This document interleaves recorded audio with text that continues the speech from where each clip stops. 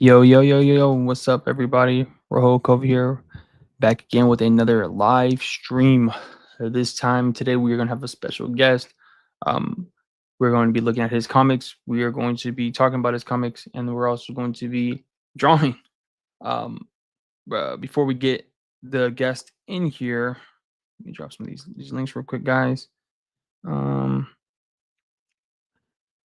uh, let me drop these streams off real quick. I mean these links off, and then I'm going to um yeah, we're gonna start going crazy. Start this live stream up. Ba-bum.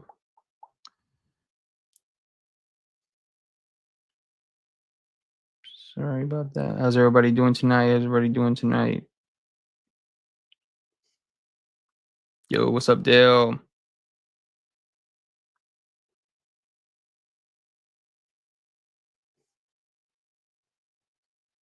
All right. See if I can pause it on the my story real quick.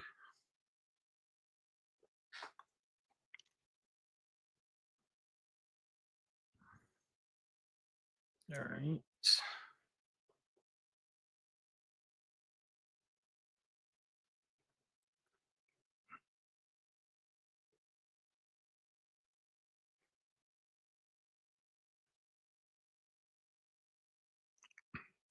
All right. Well, we wait for Ian to set up. Let me so today let me do a couple of plugs. Tomorrow I'm going to be at Atlantic Comic Con. I'll be tabling there the 23rd and the 24th. So come out, and I'm going to have like comics, stickers, original art. I'll be taking commissions and all that good stuff. So if you're in the DMV area or the Hamptons Roads area or in Norfolk, Virginia, that's where I'm going to be at this weekend. So come check me out. Also check out my let me see. Check out my website. I just got a new updated my new website. My website, it's a new site, so it's a lot more, polished and pretty. But I also have comics on sale on the website as well. So if you're interested in some of the comics that I've been showing off or you've been seeing or my artwork, you can go onto my website. I have a bunch of stuff available to buy. You can also see like some of my artwork and things like that. If you want to commission me, just hit the contacts and message me, and we can work something out like that. Um, what else I got? But yeah, so let me see. So today we are going to have Ian Cinco on. He is going to be it's not, let me see. Why is this here?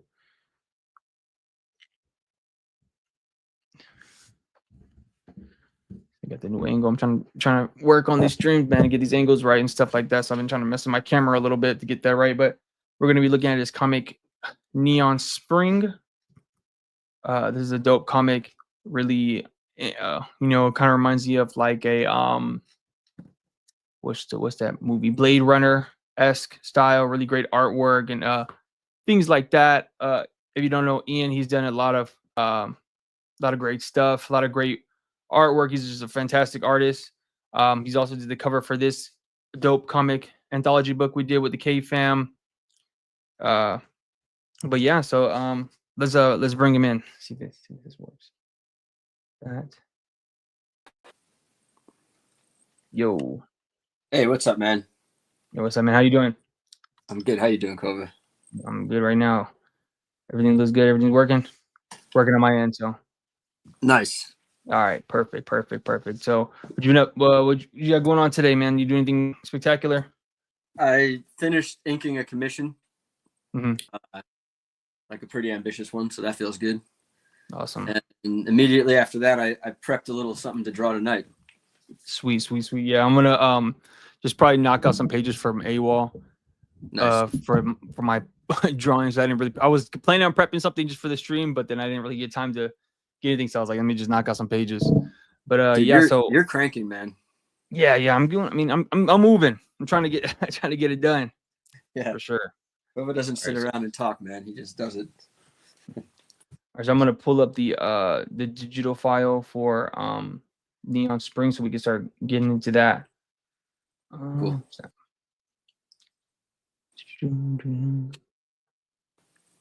All right. All right, perfect. All right, so what was the concept behind this comic, and like what was your like initial thought process behind making it?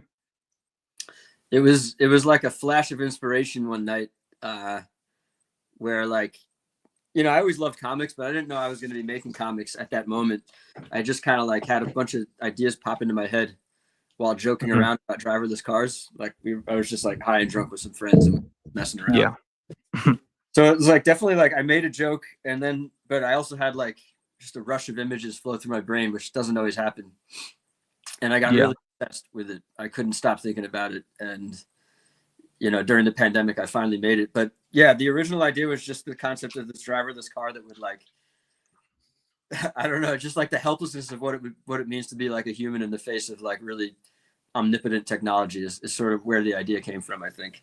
Because the original idea, I was just joking around about being like plastered to the back of a driverless car and like, doing all kinds of crazy things, and then adding the sort of political figure that people will see as we flip through it. That came later, and it was like I wasn't sure if I should do it.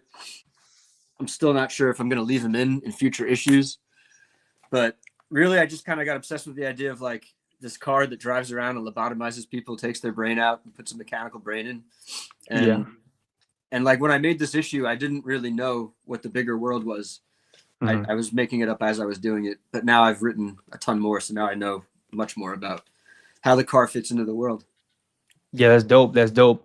Yeah, that is like that's literally how all my comics start. Also, I kind of just I want to draw this. I want to draw monsters, and I want to draw people who could transform into monsters. So let me make, and then that's kind of where AWOL kind of comes from. And then it's kind of like this flash of inspiration, and then I end up just trying to dive. I literally build it as I go, just like as I start drawing, I start scripting and stuff like that. So I feel like a lot of people kind of do that, like especially people who are like writer artists like us, who kind of just are like doing it all themselves. They don't really think too much about the grand thing. It's just kind of like I have this, I want to see this image on a page, so I'm gonna just do that. So you know, from that initial thought to making a comic, when did you get to the point of like, all right, I'm gonna do a Kickstarter for this, and you know, that and all that? Oh, you have the comic. Does it say what when I printed it? It says copyright. It says 2022. Right. So in 2022, I was I think I always knew I was going to do a Kickstarter from when I first started making it. Like I just knew it was going to happen. It wasn't really like I don't really know how to describe why I knew that, but I just knew that. But it was my first one. I'll say that. I have a cousin who's a pretty famous artist, and her husband were like, "Do you know what you're getting into?" And they were kind of scaring me. They're like, "It's a ton of work. You gotta get a fulfillment service." And I'm like, "Well, that's you guys. You guys make massive sales. Like I'm pretty sure I'm gonna do it all myself," and I did. Yeah, that's crazy. Yeah, same with me. I kind of was just like, it was kind of just like a rush of inspiration. Like, you know what? I'm just gonna do a Kickstarter. Because after I saw Brian's Kickstarter, what he did, and I had backed a bunch of Kickstarters before that, so I kind of saw the structure of how it works and stuff like that. It kind of was just like a natural progression. Just like, you know, let me just do it and see what happens, you know. And I felt like this comic was the one that felt confident enough that would do well on Kickstarter, and then also just, you know, like to see what happened. So I mean, that's cool. And you did really well. I mean, when we did our live stream together and you were talking about it, and I didn't really, you did like you did really, really well on the Kickstarter. You did really, really good. So I was just like, damn, man. And then you got like some cool variant covers. You got a Brandon Graham cover, which is super sick. He's a really great artist. He did that right in the middle of the Kickstarter. I just DM'd him, you know, I think I just wanted him to know that I had a Kickstarter, and he offered, because I always wanted to do a cover, but I didn't even ask him. He offered it, and I was like, that's awesome. Yeah, that's the best. He was the easiest to work with. Yeah. That's how I felt when you did the cover for me. I was like, what did you say? Sorry. No, continue. Oh, no, I was gonna say he literally offered to like collaborate on it. Like I sketch, he draws, I finish. Like he's fluid as hell. Like he's down to do whatever, man. Which is wild. But some people, I have another. I won't mention names or go into details, but other people are really particular, and they don't want you to tweak anything that they've done. Whereas he's the opposite. Because I don't know. Have you read Prophet when he did Image? He redid Prophet with a team of people like Farrell Dalrymple and a few other artists. Have you heard of that one? Yeah, I know. I've heard of it. I haven't checked out a lot of his stuff. I only checked out a few of his works that he's done so far. I need to do a more like a deeper dive of like his stuff and like all that stuff. But it's just yeah, cool I've seen his art. He had a real collaborative process where he was like laying out, other people were finishing, and I think they were all just helping each other's art. There wasn't like this is me and that's you and we don't cross over. He's just like he's all about trying things, which is cool. That's dope, man. That's dope. That's like how it's supposed to be. You know what I'm saying? I feel like that's like if people should be able to take input and not be too precious about like what they're doing and stuff. I feel like a lot of artists kind of get into that mindset of just like being too precious about everything. For me, it's like I mean, I've only collaborated so far with like colorists because I'm not like I just haven't taken the time to really learn how to color. I mean, I know how to color a little bit, but it's not like my wheelhouse right now. I'm focusing on the basic stuff for at least when I go to colorist, the only thing I really care about is like if I can tell that you actually cared when you were doing it, because obviously I have to commission these people and stuff like that. And I've had at least 2 times where I've commissioned people and they were you could tell they were just trying to do the job and get it over with. And the other 2 people that I've done for the covers, my cover for issue A1, issue 1, 2, and the issue 3 is a different colorist. All 3 of those 2 guys, you could tell they actually cared about what they were doing, regardless if it was a job or not. So like I really appreciated those guys, and I'm like probably going to continue work with them because I know that they're actually going to give a shit at the very least, or what I'm saying, they're giving like feedback, so we were corresponding. It wasn't just like, oh, here I'll pay you, and then a week later, what do you think? It was kind of like, oh, like one guy, he kind of gave me like 3 different breakdowns. Like, do you want like this? Do you want like this? Do you want like this? How does it? So I always really appreciate that. I feel like that's how it's supposed to be. What I'm saying? Like if I did something for somebody, I would want to talk to them so they get the what I'm saying, because it's like a product at the end of the day. It's weird, but so did you do the colors so you did all the art for this book, right? I did, yeah. I mean, speaking of color, this was my like trial by fire. I didn't really know how to color professional comics at this point.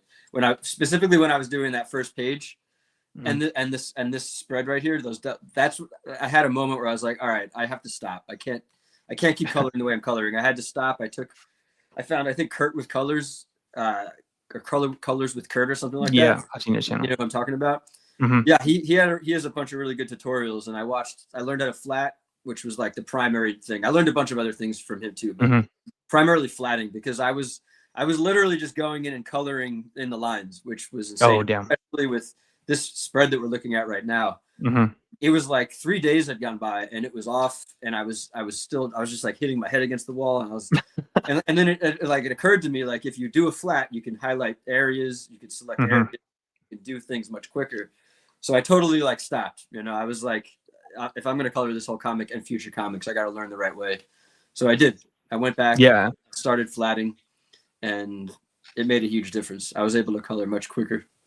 Yeah, for sure. I feel like for me, coloring is just like a daunting task, and I'm always like when I do color, I just straight up just do flats. Like I have a brush, a Procreate brush, just kind of looks like a gouache, like watercolor brush. So I'll just use a flat color and I'll just put the flat color and don't even worry about like anything else.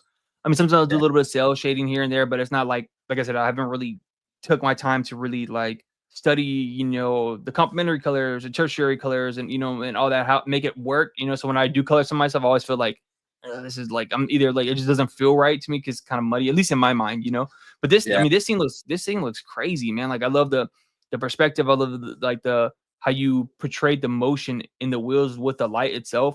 And I feel like, I mean, you had a really good vision of like what the world was going to look like, where it is kind of futuristic. Like all the buildings had their own individualized look to it, where it does look futuristic, but you also can tell what's going on. And then you set the scene with the sun going down with was it Zuzu on the back of the bike, and the it's her baby skull, I think is her name. Yeah, man. So I think it's super sick, man. This is like a money shot right here. This is like, you show anybody this, and they're like, oh yeah, this is legit. That's a funny page too, because when I sketch, it often takes me like a long time, but like this is the original sketch for it, and I did it like, when I say I snapped, like I did it really fast. It came out like perfect on the first try, and that never happens, man. That's like, I mean, I should say it happens very rarely. Usually it's like got to redraw things and tweak it. But yeah, that page just came out quick. Yeah, that was dope, man. That's sick. So what was like like as you were going, when did you start building up like, okay, I'm gonna do this gang of these skull people, and they are like on this like, to me it kind of seemed like this anarchist mission of, I don't know if that's a word, but like mission of like, okay, we're gonna go and get this guy who's getting double crossed by buddy right here with the earpiece. And like, when did that start like flowing in, where you're gonna start doing all that? It's funny because this skulls are like something I've worked into everything I've done for like my whole life, really. And like, I made a bunch of costumes for music videos, so I have like masks like that I kind of modeled all the characters after, that I made for music videos. Wow. And again, like when I was making this, I hadn't really thought through how it all worked. But I did have a vague idea, but now I know who they are. And it's funny that you said like it gives you like an anarchist sort of feel, because they're definitely like, I'll just spoil it. They're privatized. They work for a corporation, you know, and like pretty nefarious corporation, I would say. Like it's really not. They're up to no good, really. But yeah, it goes back to like old costumes I made, and then sort of like becoming obsessed with this world of paramilitary. I'll just call them psycho killers, man, because that's really what they are. Yeah. The reason I kind of like got the vibe of like the anarchist thing was because, I mean, obviously the character, his name is Donald Britton, or he's so I thought he might have been like some higher up type of person, and they were kind of like, doing something political that was like anti-establishment. But I mean, the guns for hire thing kind of makes sense as well. What was the idea behind like building up the android women? I don't know if she's like a prostitute or she's just there, a tool for political gain or whatever, but because it kind of gives me like this Blade Runner feel, you know what I'm saying? Like as though I kind of get from like these robot people and stuff like that. Where did that concept come from? I never know what I should or shouldn't say, because it's like that's sort of something you're not supposed to know, you know. Oh, okay. Well, if it's something for the plot, then just keep it like, but just like the concept, I guess. I always say that Neon Spring was like it was a corporation started by humans, right? But then machines and super intelligence took over. It's like there's almost no humans really running it at all at the point where my story begins. And Zuzu is a human who has two other people in her head, and and she's coming from Neon Spring. Like she's been missing for a long time, and in my comic she's like returning after having been missing. And I mean, I don't know. I would tell you offline, but publicly, I don't want to. No, I got you. I really, I'm gonna flip through some of this like, X-rated stuff, but I'm all about like not explaining, even in the comic. Like I'm debating how much I'm going to even explain over the course of the story, and how much I'm going to leave a mystery. Yeah, for sure. I feel that. That definitely like. So, how far are you ahead as far as just like writing on to the next, issues and stuff like that? I haven't written like a full solid issue. Like I have issue 1 that's like a lot written for it, and I have a ton of other writing, and I've written, I have all kinds of documents. I have like a document that's like very short little like blurbs explaining, how I get from the beginning to the end. And then I got, character documents and other documents. And then I got just a document that's just, I just throw everything at it. If I don't know what it is, I just throw it into that document. And I even have like a board full of like, I think I plotted out like 12 issues. Oh, wow. I'm thinking about the first story arc, because I know like a bunch of big arcs, and I need to stop doing that. I need to just make issue 1. I'm ready. It's time. Yeah, man, I'm waiting, because man, it's like even this page, right? It's just super sick. Like the perspective, how you were able to get the interior of the car with the like the hot, like the rail, you can see the lights beam. Like that's Superman. That's great. Like, like I'm like, honestly, I'm surprised like you haven't like sent in like a submission to somebody to be like, all right, come produce my book or something like that. I think that would be like, what I'm saying? I don't know. This is phenomenal. Hopefully someday, man. Yeah. This page specifically, like I'll say that like this is the image that kept me going, because I knew you know, I can't even say like none of it turned out exactly the way it like sort of was in my head, but this was the one image that I was like, I dedicated years to make this issue just because of that image alone. Yeah. Yeah, I feel that. That's literally like my home. Like I heard, I think I was watching a podcast or somebody talk, artists talk on YouTube before, where they were like saying like, I draw some comics just so I can see certain things, and like I was saying earlier, and I feel like, yeah, I definitely get that feeling for sure. And in this scene, this is the prediction of the future that you Yeah, it's so crazy that it was like so specific too. yeah, The exact same ear. I mean, ear and everything. Yeah, so like I was just like, bro, when I was reading, because when you first sent me the books, I got flipped through it and I was like, oh, this is cool. I see what you're talking about, because you were telling me about like the the political stuff, and I was like, oh, that's cool, whatever.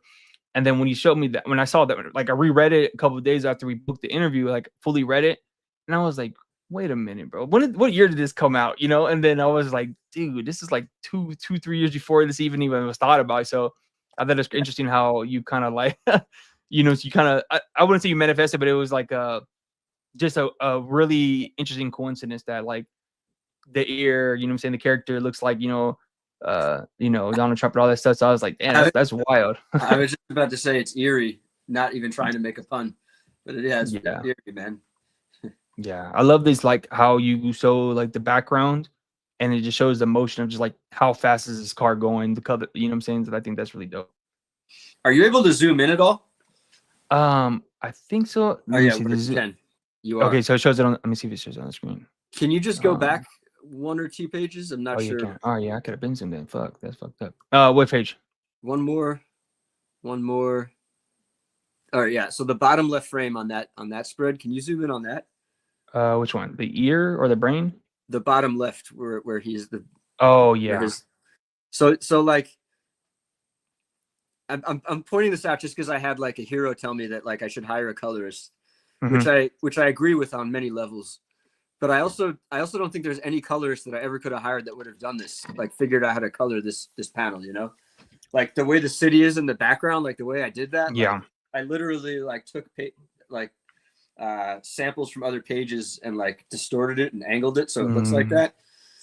And so I just feel like it's like I do want to hire a colorist, but like I needed to do this to figure things out so that I could like give a colorist a place to jump off from, you know? Yeah, I mean, I don't know what, I mean, I would say only hire a colorist just so you can save yourself time, like for future issues. But like to me, you're killing it, man. The whole issue is just the vibe, the red, pink hues throughout the whole entire book, with like the complementary greens and blues that kind of like make the background look great. Like I don't know, I really like it, but I would say the higher one just so you can make the book go by, you know, so you can get producing faster. But I mean, this panel alone is super dope, man. I just love like the expression on his face, the brain being sliced open and all that stuff. And even like the background, it kind of reminds me of like Akira Neo Tokyo, like in the scenes in the very beginning of the movie where they're riding the bikes, you kind of see like the the skies moving and stuff like that. So yeah, you killed it, man. This is amazing. Thanks for zooming in. Yeah, I'm learning. So these are like, you know what I'm saying, these are all trial and error. I can definitely try to figure out how to zoom. You know what I'm saying? I respect just figuring things out as you go, man. No, yeah, got you, man. It's brand new channels. I can do what I want on it. But this is cool. But like, I just love the perspective. Like, he just has like tears running down. He's like his last like fear before he's like, oh, well, now I'm just brain dead. Don't even know what's going on. So I love the mother character. Kind of everybody's kind of like low key intimidated by her, where she's like, everybody's like, she's super smart. Like, what do you want to do about it? Like, you know, I think that's pretty interesting. I love this eye. That's super cool. Yeah, I'll spoil something. Zuzu's on a mission, and she doesn't know it in issue 1. She's not entirely sure what the mission is yet, but she quickly figures out the mission is to extract Mother from the deep block, which is like inside the car. Mother's not even in the car. It's like a kernel of Mother. Like the full Mother is in this like is deep underground in this like facility called the deep block.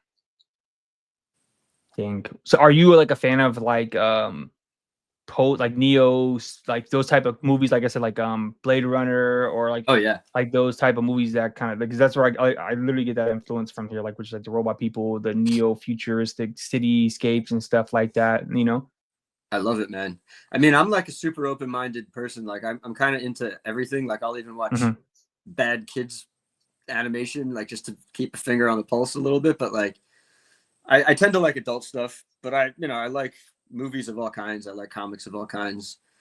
But as a result of making Neon Spring, I've definitely dove into the world of sci-fi more than I ever had before.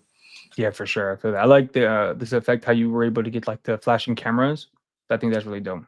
Yeah, they're like headlights. Yeah. Mm-hmm.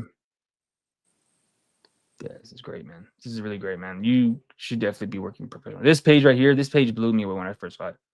Like the city, the perspective right here, like that is amazing. You made it so full, and then you have like all these cars flying around just in the background. Like, man. And did you? So you drew this all paper and pencil, or you did it digitally? This is all on paper, and there's an artist named Ian Bertram who told me that Paul Pope told him to work huge, so I worked huge. These pages are gigantic, and dang, what size? It's like 18 by 24, maybe a little bigger. Yeah, it's absurd. I'm working 11 by 17 now. Maybe sometimes I'll work bigger, and I might even do a couple images on canvas, but for the most part, I'm really trying to get into a flow where I crank out pages, so I won't be working that big. But this page, in contrast to that other page where I showed the thumbnail and I told you like it came together really quickly, this page was the opposite. Like I redrew this page like 20 times, and oh damn, it was a big struggle to figure all of it out. And even actually, I did some digital touch-ups too, because I showed it to friends, and I actually had to add 4 more pages after I showed it to friends. And this page in particular, like Zuzu looked real like skinny, so I digitally touched her up. Like there's just things that I had to fix. Yeah, I went through. I changed Zuzu's shoes digitally, so I redrew every time you see her shoes. Like I had to redraw that digitally. Oh wow, that's crazy, man. That's dope, man. I would love to see these originals one day. How did you scan those in? I paid. I had a friend who had this funny scanner where it sucks it in. And that didn't work. I forget why it failed, but it didn't work. And then I paid to get some done. It was too expensive. So I just photographed it. I just tile it. I just take my iPhone, take it outside, and like if it's an overcast day, it's great. But I just shoot it outside because the lighting's even, and photo merge it together in Photoshop. Yeah, that works. That makes sense. Some people are against that, but if I didn't tell you that, you would never know. Yeah, it's not like you would know. Like, because honestly, once you put it in digitally, you fuck with the levels a little bit. It's like so you would never know. I mean, iPhones take really high resolution pictures, and if you're tiling it on top of that, then you're getting good information in there. That's dope, man. That's really dope. That's crazy, man. Yeah, because when I started working on. Traditionally, I started off doing the A4 paper, like the deleter paper, and then I was like, "Yeah, this is too small. Like, I don't like. I just draw big, and I don't know. It's like 11 by like 12 or not even that big. It's like 14 by 9. I don't honestly. I have no idea. It's the deleter A4 paper, and I was like, I'm gonna start smaller because maybe I'll go faster. But then I realized like I just draw big in general, like the way I function and stuff, like so. I'll just move to 11 by 17, and then the 11 by 17 just works because the way because when I was doing that, I was doing straight up like drawing everything on the paper, and then like my pencils, inks, and everything like that on paper. But now I do a traditional digital blend where I just do all my pencils and stuff, blue line, ink it out, print it out, and then just ink it on paper. But yeah, so now I just work 11 by 17, and then Brian found like this. Like you can like 11 by 17 printer paper for like you can get like 250 pages for like $20. So I was like, I've just been getting stock to those. You're talking about like regular thin, like kind of shitty printer paper? Yeah, I mean it's still Bristol board quality, so it's still 2-ply. It's just not like you know how like the Bristol board paper could be kind of like has like the texture and stuff on it. It's not as texturized, I guess you could say. I don't know if that's like the right word, but like it's not as rough, I guess, depending. It's kind of like just like regular printer paper, like but it's just big and it's thick. So like I can use watercolor and stuff on it. It won't fuck up. I've been doing pencils on really thin, shitty printer paper recently. Not for everything, but then I'll like put it on a light box and then transfer that to a nicer piece of paper. But there's something about like working on really cheap, shitty, smooth paper that it's just easier, and it's easier, and it's psychological because I don't care that it's not a nice piece of paper, so I'm not worried. Yeah, me too. That's how I feel about. I'm like, I'm not, because like I said, it's $20. You get 250 pages. So I was like, I don't care if I fuck them up or I have to like I fuck up on printing. Like a few times I will print and like my printer will misprint And so I'm just like, whatever, I'll just flip it over, I'll just throw it away, and you know what I'm saying? Because it's literally cheap as hell. I love the colors right here you're using the background for this the cityscape, like the blues and stuff like that. Looks really that shit looks crazy. And then this is a dope a panel too. That's really another thing that like kept me going, just knowing that I was gonna have this moment, you know. It was like, yeah, I feel that. That's dope, man. Yeah, so this is kind of like you kind of get a feel for like what's, you know, the bigger world. I love the designs of these guys, of the Skull Gang, or you know, have you their name is? Did you use reference when you were like designing all the vehicles, or you kind of just like, you know, modeled them off of nothing? Or I use a ton of reference because I had to learn how to draw cars and motorcycles while doing this. But I definitely tried to make them, you know, I tried to design them so they were my own, but they're definitely not from my head. Yeah, I don't think anybody does that anymore. Like, I use reference for that, like for vehicles, weapons. I have like this Baki action figure that I use when I draw like nice, like my characters and stuff like that, because it's like the muscles and stuff. So I always just like use it whenever I try to figure out funny muscles and stuff, because I don't feel like looking at pictures all the time. Like I have like this Bible, what do they call them? Like the Morgue file where I have all the reference in it, but yeah, I just don't even. It's just easier for me to pick something up. This is a cool panel. This is like you added like your panels and just kind of zoomed in on them. Yeah, that's like something you should always remember, because you can always crop your images, and there's often something gold in a crop, you know. You can use it as its own pinup or its own like end page or whatever, you know. There goes the ear right there again. Yeah, they're like little. It's like showing you little bits of the puzzle. Yeah, and then you had this painting that you did. So where did you do this? Like on a canvas, or you did this on a building or something? Or I did that on a 4x8 piece of plywood at Brooklyn Comic Con. Brooklyn Comic Con hired my friend to curate a bunch of artists to paint live one year, and my friend was like, "Yo, let's like help me." So I helped him. I helped him go get the plywood. I helped get a bunch of artists, and Brooklyn Comic Con hadn't planned out anything, so I helped figure out where the hell we were going to even paint. And we painted all day. I was pretty scared doing this because I was like, I didn't know if I could. But I mixed spray paint and house paint, and just like fear had me moving, man. I moved real fast on it. And then we had one of those, I don't know if you see videos in New York during rains these days, but these days when it rains hard in New York, there's flooding everywhere. No, damn. And we had one of those nights, and we abandoned all the pieces. We just ran and left them. And the pieces went missing. And then one day someone posted the piece, and I found where it is. It's like in the restaurant that one of the owners of Brooklyn Comic Con, they own a restaurant. So I know where it is. Maybe someday I'll go try to reclaim it. That's funny. And is your like logo, or just kind of like something you just designed specifically for the book? That's the Squad logo. Okay, all right. that was gonna be my next thing, but yeah, that's dope. I like that. I love that. Yeah. So you'll see they have it on their shoulders. That it'll pop up. Man, great comic, dude. Great comic. So I mean, if you guys in the chat want a copy of this, you can go to Ian's website, and he has you said a ton of all right. I do. Yeah, I'm gonna run out of the Alexis Zarek variant cover soon, and probably Brendan Graham soon behind that. But I have plenty of all the other covers still. Sweet.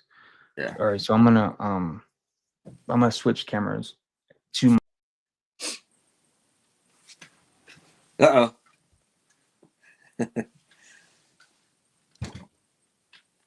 I don't know if I need to leave.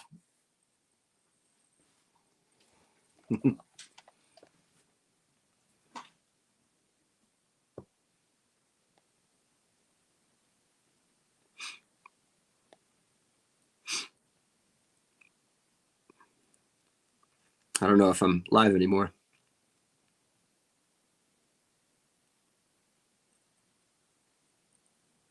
Cova, I can't hear you. Because I think because I have this on here. So let me see how I can. Oh, nice. You got the double camera setup going. Yeah, because I figured out how to do it. But I think I can. I'm gonna have to flip mine around so my face won't be there.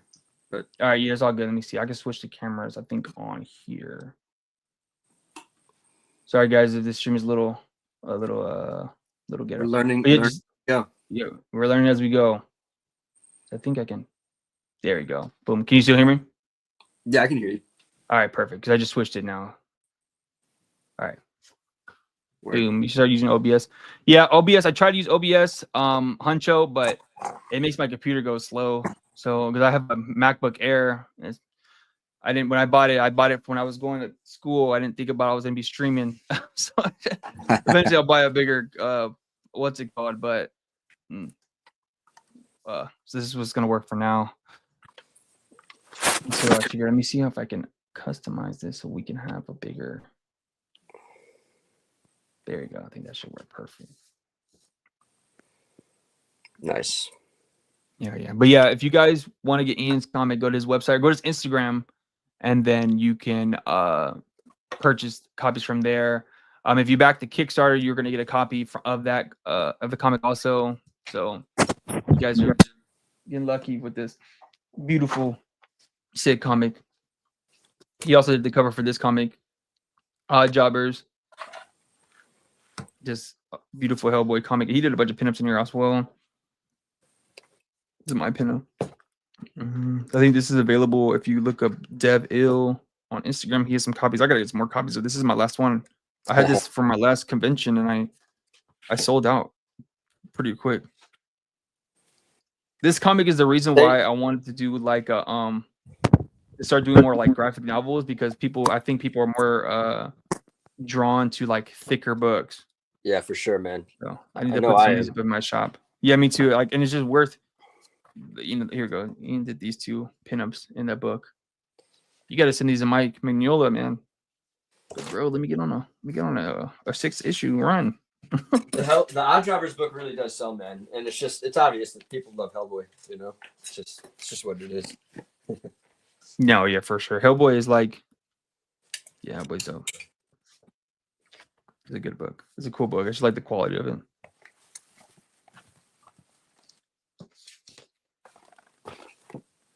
Damn. So what would you pick up to do for the stream? I'm gonna do a little Toriyama inspired sketch of Zuzu. Oh, it's not nice. I did a little sketch a couple nights ago. I don't know if this like reads what it is, but it's that's what I'm doing. Wow, that's dope, man. How about you? You said you're doing a page, right? Oh, nice. Yeah, so I started this page last night. I got just to the inks, this fat inks at the gel cell, and then I was like, I'm getting tired. So then now I just gotta finish these bottom pages, and then I got see how much time we have, but I have like 2 other pages lined up. Some fun page. I might just because what I do is I usually just pick like the page I know like I draw quickly per night. So I always try to do like 1 or 2 pages a night, so I can finish this one up. It shouldn't take me that long, and then move to the next one, depending on our time and stuff like that. I got to go to a con tomorrow. I'm doing my 3rd con this year. Way to go, man. Hell yeah, I'm excited to go do it. Like that this convention is the reason I started AWOL, because I was like, I'm gonna have this. Well, the reason I did the Kickstarter and all that, because I wanted to have the book done and ready for the convention, but I didn't realize, man, how long the back end stuff for a Kickstarter was. It's like an extra month and a half just waiting. It's crazy. Yeah, I mean, it could take a really long time. That's why when they say under promise, over deliver, part of that is like, tell people it's going to take you 6 months, even if you think it's only going to take you 2, you know? Yeah, I'll know that for next time. Because when I do Kickstarters, like even when I like backing is always like, I always see what the delivery date is. And depending on the person, I'm just like, bro, do I want to wait 6 months for this guy's book? Or, it's like I mean, if they're like pros and stuff, I'll or like if they're art books, like where I know it's going to be like really big, I understand that, like, okay, it's going to take a minute. But if it's just like somebody who I feel like is like, bro, it shouldn't take you, like, if you already got the book done, it shouldn't take you more than like 2 months. But now that I'm doing, like, I see the, like, now that I'm on the other side, I kind of see like, okay, it makes sense why it takes 3 months for people, because you usually have to wait just for the freaking funds alone. It takes like a month and a half after the fact, It took me a long time, man. I think I took 6 months to be totally done fulfilling. Oh, damn, you had a lot of backers. I shipped out like the easy ones first, but then I had like, ranging from drawing an erotica, my art book, to like doing a full commission. So those I did last. Unfortunately, the people who paid me the most had to wait the longest, but they also got like a dope ass package. So yeah, no, I feel that. Goes. Yeah, I was talking to at Heroes Con, this guy's name's Nico Rodriguez. I don't know if you know who he is. He's a cool comic artist, and he was telling me that like he did the commission slot on his Kickstarter too, and he was just like, "Man, I shouldn't have done that. Like, don't do that because it just takes a lot of time, you know." I And I mean, was it's like, a good way to "Yeah, get money though. Yeah, but no, for real, people really it want it." took it really did take a long time. So if that's not something you're interested in, you should know that going in, it's going to take you a long time. Yeah, I mean, I don't think I would ever. I mean, maybe I might. Maybe if I do like a Kickstarter for like an art book or something like that, I would just like give people the option of like getting a sketch or something in their art book. But I don't think I will do like full on commissions. Not yet, at least. I don't know. I still haven't really figured out when I want to start doing the whole commission thing and stuff like that. Because I mean, last time we talked out, you know, I was talking about how just like I don't want to take the time out to do that. You know, That's not why. really. That's really wise, man. I'm not going to sit over here and try to convince you to do it, because it is, to me, like what you're doing is the right thing. Your whole life is focused around, getting to doing the pages, man. Yeah. Everything else is just, it messes you up. It takes you away from that.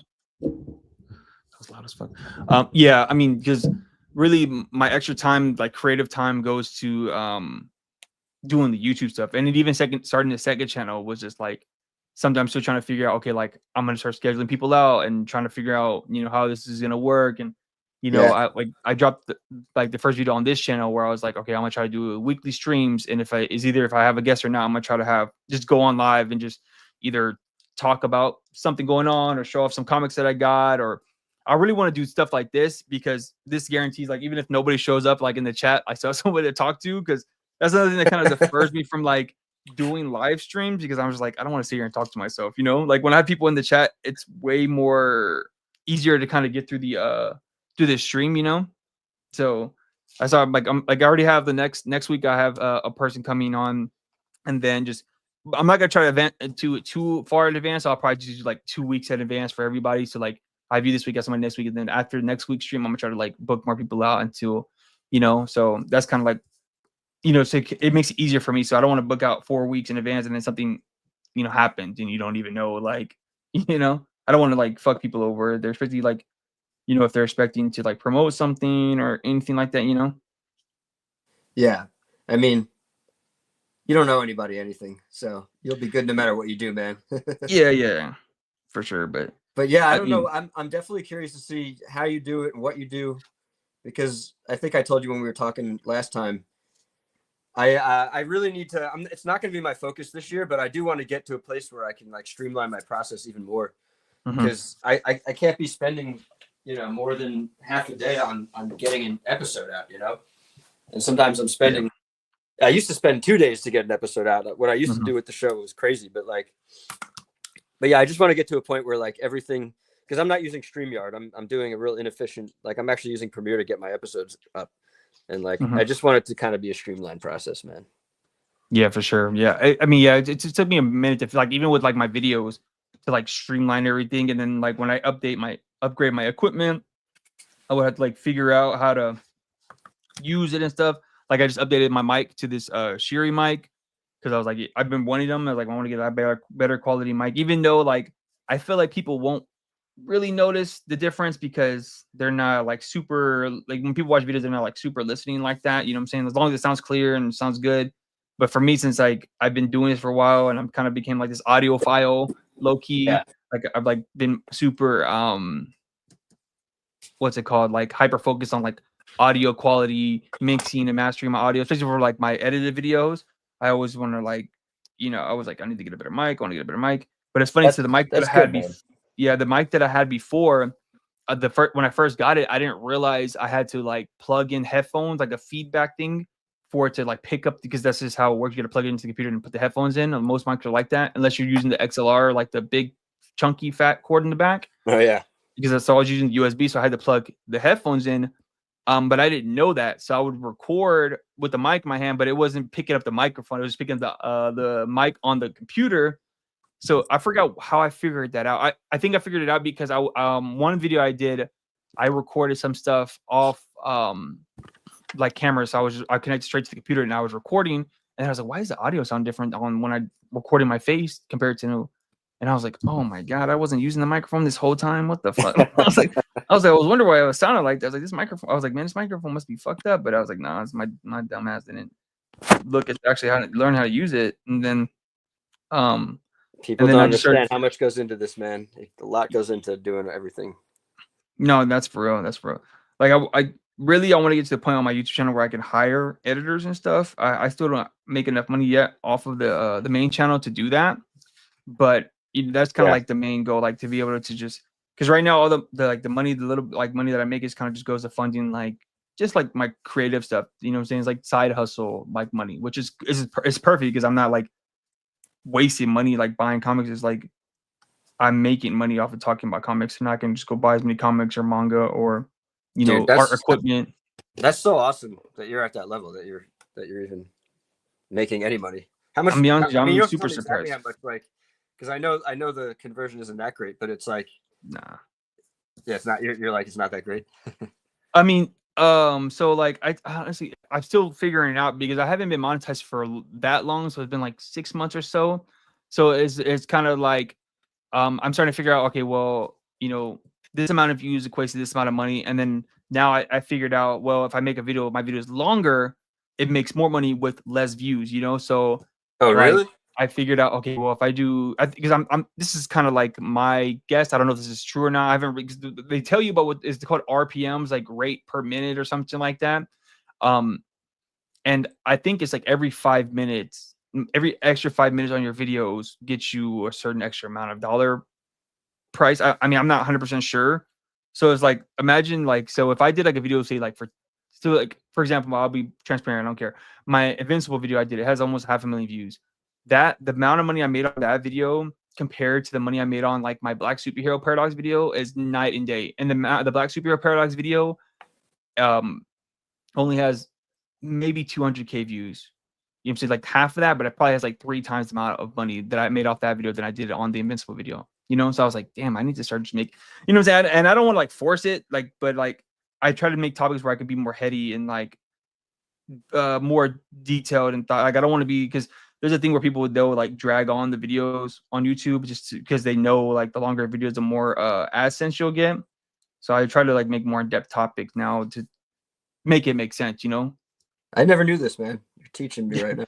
I didn't know until honestly until I make that video, and then I was like, wait a minute, like because that wasn't, there was no intention behind making it that long. It was just like I just went with how I felt, and then I just kept going, and then it happened to be that long. Then I was like, whoa, I made way more. You know what I'm saying? So now I was like, okay, now I keep that in mind, obviously. But then I look at people who do like those hour-long videos. I was like, man, one day I want to get to that point, but I haven't found a topic that's like worth on like essentially like comic book topic that's like worth an hour long worth of content, because I don't want to just make shit up or just drag it on for no reason, because then it's just kind of like ridiculous. Honestly, I feel like every topic you've done, maybe not every, but a lot of them could be expanded upon, man.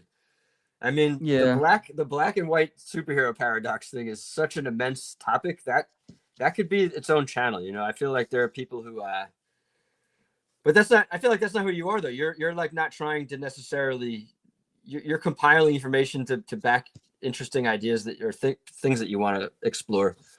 You're not necessarily trying to have like a total historian page or something like that. You're kind of, I don't know. I shouldn't speak for you. Yeah, no, I mean, it's your perspective for sure. I mean, yeah, I kind of like, I mean, with those videos specifically, I have like an intention to like give a message out, but like even like with ones kind of just like my like one of my favorite videos is like the one I just did about the war comics, where I kind of just wanted to talk about how war and comics kind of correlate in a certain way. Even though that video didn't do as well, I still enjoyed making that video because one, it was because I like reading those type of comics like war comics, and I like the history behind it, that like a lot of things that kind of evolved from like World War I, World War II, and how comics kind of came from that, how manga came from that, and just like the different types of people, like the way war comics were back in the day compared to back even now, and then even some of them are so similar, like the Harvey Kurtzman books, and how he really wanted to push the idea that like war is not cool, like there's nothing cool, but there's no like, this isn't Captain America, this is real life, that people do fucked up shit. This is not cool. Like, it's not fun. You know what I'm saying? Like, oh yeah, war is hell on earth, man. Yeah, for sure. And then a thing. lot of those creators were already like were veterans, you know, got drafted or had like at least like 2 or 3 degrees separated from somebody who went out, you know, into the trenches, into the real, like, you know what I'm saying? So I thought that was an interesting concept, you know. Oh yeah, man. Yeah, I love that one too. It's weird to say I love a video about war, but yeah, it was compelling, man.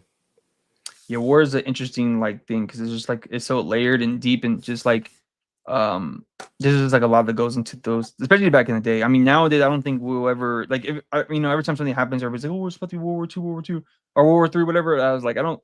At least this is my perspective. I don't think that's really gonna happen. I don't think any country really has the money to want to do that. You know, to like really, you know, go all out and start. You know what I'm saying? Nobody really wants to, like, at least not with America. You know what I'm saying? Like, not to be all like, oh, America's the big badass, but like, I just feel like it just would be too costly for like a lot of people and in this country and stuff like that. I mean, I don't know. That's just me. But so what have you been reading lately? Do you like are you like a weekend, like a Wednesday warrior type person, or do you just go whenever to pick up comics? Or I haven't made it to a comic store in a while.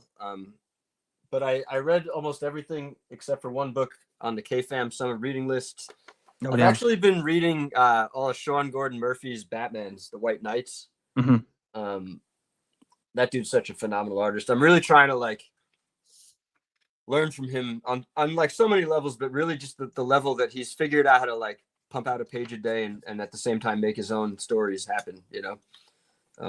He really, you know, he's really hacked because his style looks so complicated, but he's figured out a way to do a page a day, even though it looks like it would take him more than one day. Yeah, I gotta look into the more, like, I checked out some of the White Knight stuff.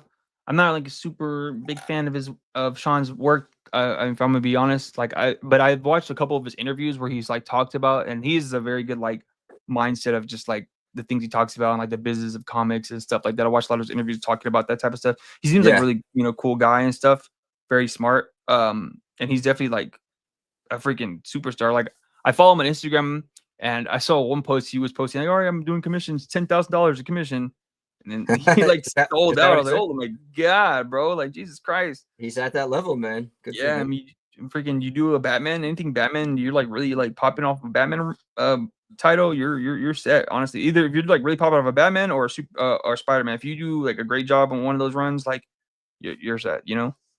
Hell yeah, man. And he like created his own Batman thing. It's not even like off some other, like the White Knight stuff is all pretty much his own original world thing. So I think that's really dope. Yeah, I mean, it's a brilliant concept. I don't love it. I don't think it reads that well. But the art's spectacular to me. And I mean, talk about cars. He's like known for like he either finds toys of the cars or he builds his own models of the cars, and then so he's like drawing from actual models of cars. That's why he's so good at it, man. Yeah, I've seen that he like use himself as reference a lot too. I've seen him post like pictures of himself and angles of like the things he uses, and I've always seen people talk about that. I never really like, literally this is what I do. Like, I will get this Baki toy that I bought, which broke like a week after I got it. I gotta look up. Yeah, nice. So it's just, like, it has like all the muscle stuff. It broke literally like a week. I don't know what happened, what I did. I think I like bent the leg off too much, and it just snapped off, and I can't pop it back in there. So whenever, you know, I mean, I just use it when I can, or I just look at the leg and just look at the muscles. And you're working too hard, man. Yeah, I don't know. So you know, I just use this. You're working your toys too hard. You're working your toys to death, man. Yeah, I know. He's a brand new too, and I just fucked him up. So, but I literally bought him because I was like, oh, he has some cool muscles and stuff like that. Even though, like, obviously Baki's muscles aren't, you know, super accurate, but I mean, I'm not drawing accurate character. I'm drawing, you know, crazy superhero-esque. So it doesn't really matter. But I mean, it's very malleable, moves very well. So I was like, look at it and just reference. It's either this, or I have this this big ass Red Hulk that I contemplated for like 2 years in buying, and I ended up buying it. And same thing, I just look at the muscles, and just when I draw like big monstrous people, I just kind of, you know. Yeah, you just use them as a jumping off point. Yeah, and then just kind of go from there. And obviously, I'll look up pictures and stuff, and I have like art books with actual like people, it's like real anatomy and stuff, but that I would look at. But if I don't feel like getting up or going to grab one of the books, I'll just pick it up or whatever. But Dude, I have like no one way to do things, you know, like I have anatomy books, I have figures. Sometimes I use all of it. Sometimes I use none of it. Yeah. You know, it's like sometimes it'll just come to me, and that's like blessed and lucky. But Hmm. sometimes I have to like look up 20 different reference images, you know, and like from Yeah. all over the place, like not one spot, and like just gotta do what you gotta do. Yeah, for sure. So how big are you in like the art scene out there in New York? Like are you like do you go to like a lot of the galleries and stuff or like a lot of the art shows or comic shows? How is that scene for you? Are you involved in that? Oh yeah, man. I love it. If anything, it's like a vice of mine going to too many shows. I've been actively Hmm. trying not to be in as many and not to go to as many. Because I want to make comics. I don't want to be the most popular boy in Brooklyn or Manhattan, you know. It's like that's not my Hmm. goal.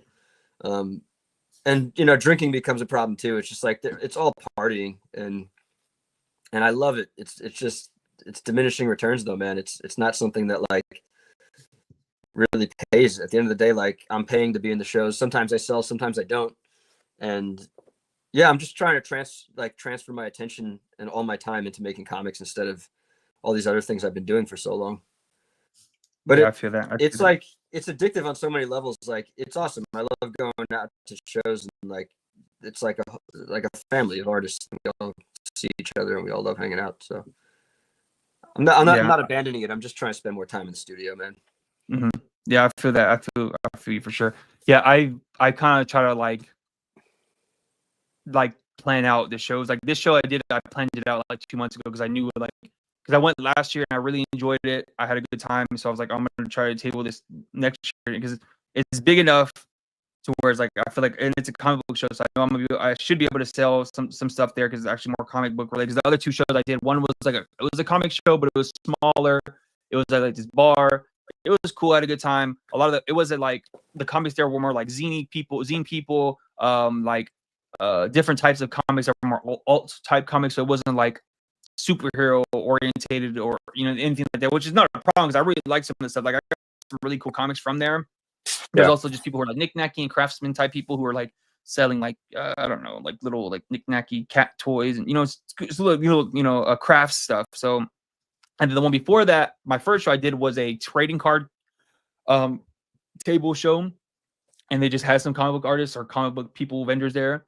And I mean that show is cool. I've been there even before I went there a few times. It's literally free for people to go in, and there's like this big sports arena that like kids do like their basketball and soccer games at, and they just have like this big field house, and they like the guy I guess who owns the show just gets a really good deal, and literally like it was like $20 to get the table. So I was like, yeah, fuck it, I'll just go. And so I mean both those shows I did good enough to like I broke even because obviously the tables were like super cheap. I think that one was like the first one was like $40, and the other one was like $60.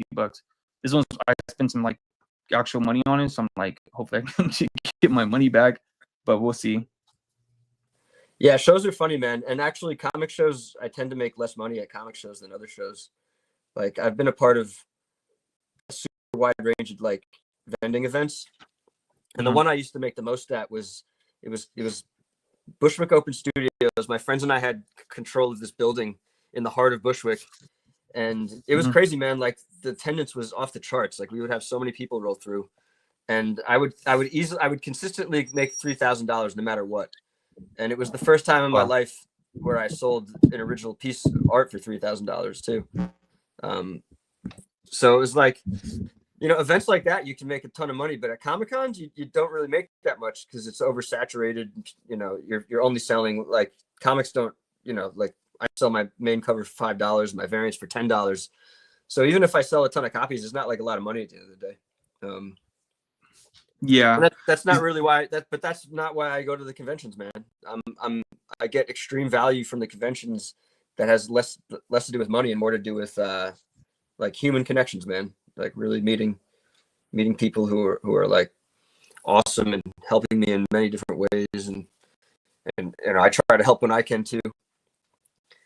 I Yeah, for sure. I feel like I find it to be funny. Like I've had some people like help me in ways that I can never repay. And then I think I've done the same for other people. Like they can't repay me. It's weird how like the pay it forward thing. Like I'm not necessarily consciously thinking about paying it forward, but it is mhm. kind of hard to pay people back sometimes. Like it doesn't always make sense because like people do you a favor. They don't want something in return. And you know, it's just weird. It's just weird. Like I tend to help people, and then other people tend to help me, and it's not the same people, you know. Yeah, that's for sure. I feel like that with like just like even like with being in a group or even with the YouTube thing, I always feel like I'm ready to like show somebody else so I can see if they act like with my madness in my mind is actually like actually something real or it's not. Like I really want to like just teach somebody to see like, okay, what these are my methods and see if like I'm actually like onto something or if I'm just full of shit and I'm just like lucky, you know. So I always like to offer, like if I see people who really want to do like their YouTube stuff and they're really like conscious, they don't even, it doesn't even be YouTube, but just like conscious about doing, you know what I'm saying, they're serious about what they want to do. I'm always offered, like I always want to help and offer because it just seems like I feel like that's like half of like why you like, or at least for me, like why I would want to like do this and be part of these like spaces and stuff, because I feel like these spaces don't really work unless everybody's kind of like contributing to one another, you know. But yeah, even with but when we're like talking about the shows, yeah, like, I think comic shows definitely are saturated because one, a lot of people go for specific people, so they have their money saved up to get like their book signed by this person or by whoever the hell, and then they just kind of bounce out. Like I don't think a lot of people really go to I mean they'll walk through the artist alleys or whatever the hell, and then kind of just they see something they will, or if you like really hard sell them, they'll pick something up. But even if I like, what I like to do all the time, I usually bring something free. So even if they don't buy anything, I would just here take I print out these like my art books or ash cans of like whatever new book I have coming out, Nice, and then I'll just give them to people. Just so, and it has like my QR codes, like my website, and it's like my YouTube, and has like my links and stuff to everything. So at the very least, I mean, I don't know how many people have actually like converted, from that, but to me, it just makes sense to have something free to give out to people and stuff.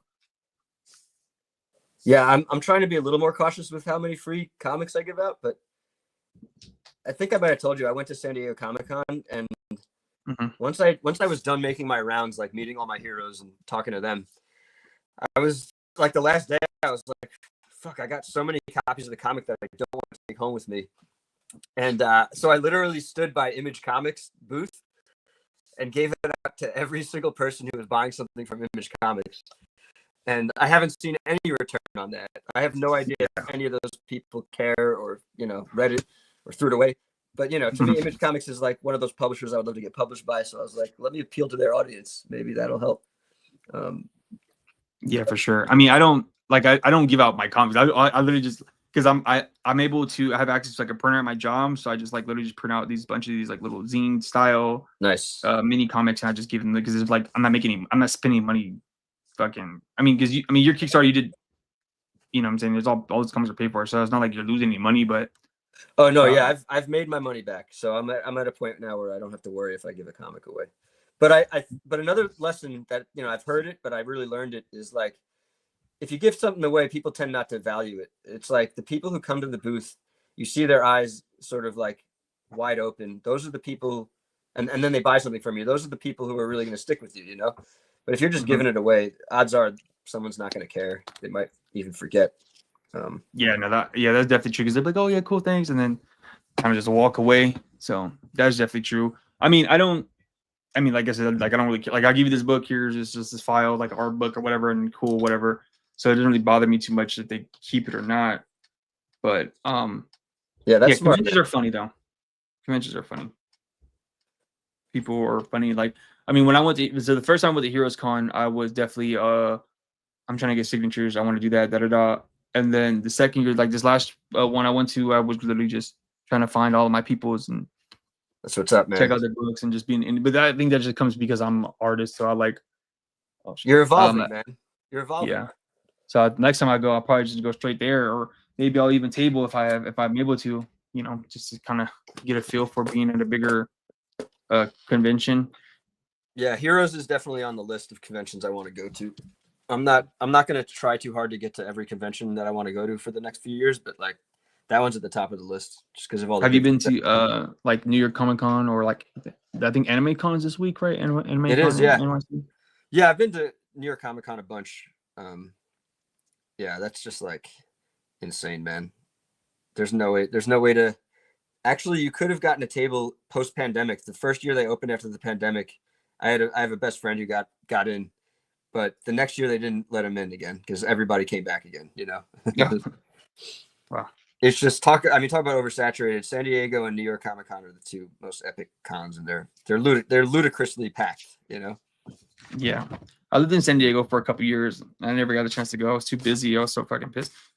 But, yeah, dude, you got to get out there someday. It's not that different than New York Comic Con. They're basically the same, but it's just beautiful out there. Is the difference, Yeah. One year, my homie and I set up outside the Javits Center during New York Comic Con. We did it 2 days or maybe 3 days in a row. I forget, but we did it in a couple different locations, and we found this one location where we could like hang things on a fence.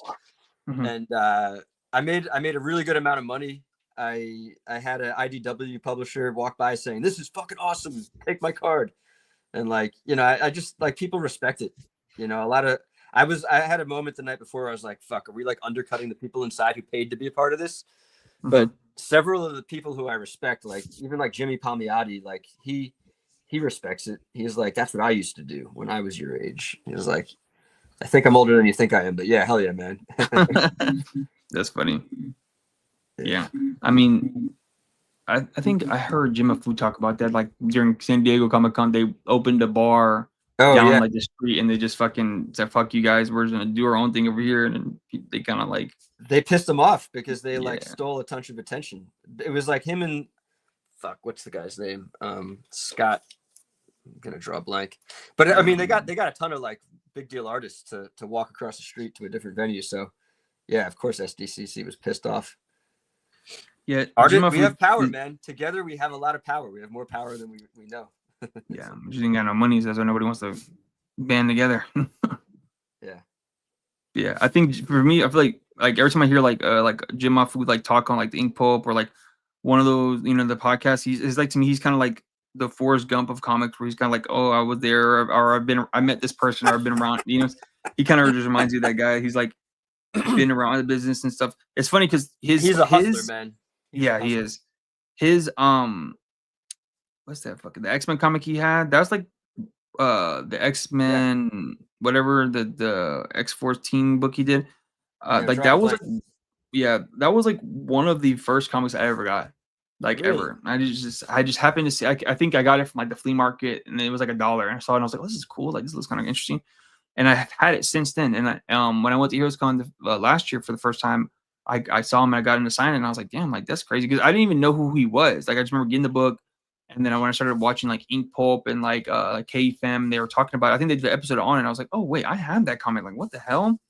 And then I didn't realize like who Jim Afu was, I guess. You know what I'm saying? Like, dude, that comic was it was a game changer, man. He really and it's so crazy because he was so young at that time. He was like popping off at a really young age, man. So influential. He's not like that much older than me, but like I've known him. Basically, I've known his work since I was a child, and loved it, man. He's so dope. He was just always different, Now there's like a lot of people who are kind of like, maybe not exactly like him, but it's not uncommon to see wildly different styles. But when he did that, it was like unheard of, unseen, Yeah, especially for like a Marvel comic. And I want to say it was Jeff Loeb got him that. Jeff Loeb is like a writer. Yeah. I don't remember. I think it was more like some editor. I don't remember, but he talks about it all the time. But I just think it's interesting. Like, he's definitely just been around, kind of like, I wouldn't say it's luck. It's definitely like the hustler mentality, but it's just kind of like he's definitely just one of those guys, Yeah, well, it's the cliche of like luck needs to find you prepared, because like you could have all kinds of luck swirling around you, but if you're not paying attention and you're not ready, it's not going to help you, Yeah, that's for sure. Yeah, there's opportunities everywhere, man, everywhere, all around us, all the time. You got to be aware of them. Yeah, I think a lot of people don't. I don't know. They just don't see them very often, or they're. I think I noticed a lot is like the perfectionism thing is big in like the indie space. Like I think that's the big thing that holds people back a lot. Oh yeah. Where me, I just don't. If I fuck up, I'm just like, all right, fuck it, I'm just gonna go to the next one. Because me, I just feel like I'm still like learning, so I just feel like I'm gonna mess up and it's just gonna happen. But then I just try not to get too hung up on it, And I feel like this definitely helped me a lot. Yeah. It's gonna help. You're gonna improve leaps and bounds. You're gonna get a body of work. You know, you're gonna get all kinds of good things from that approach, man.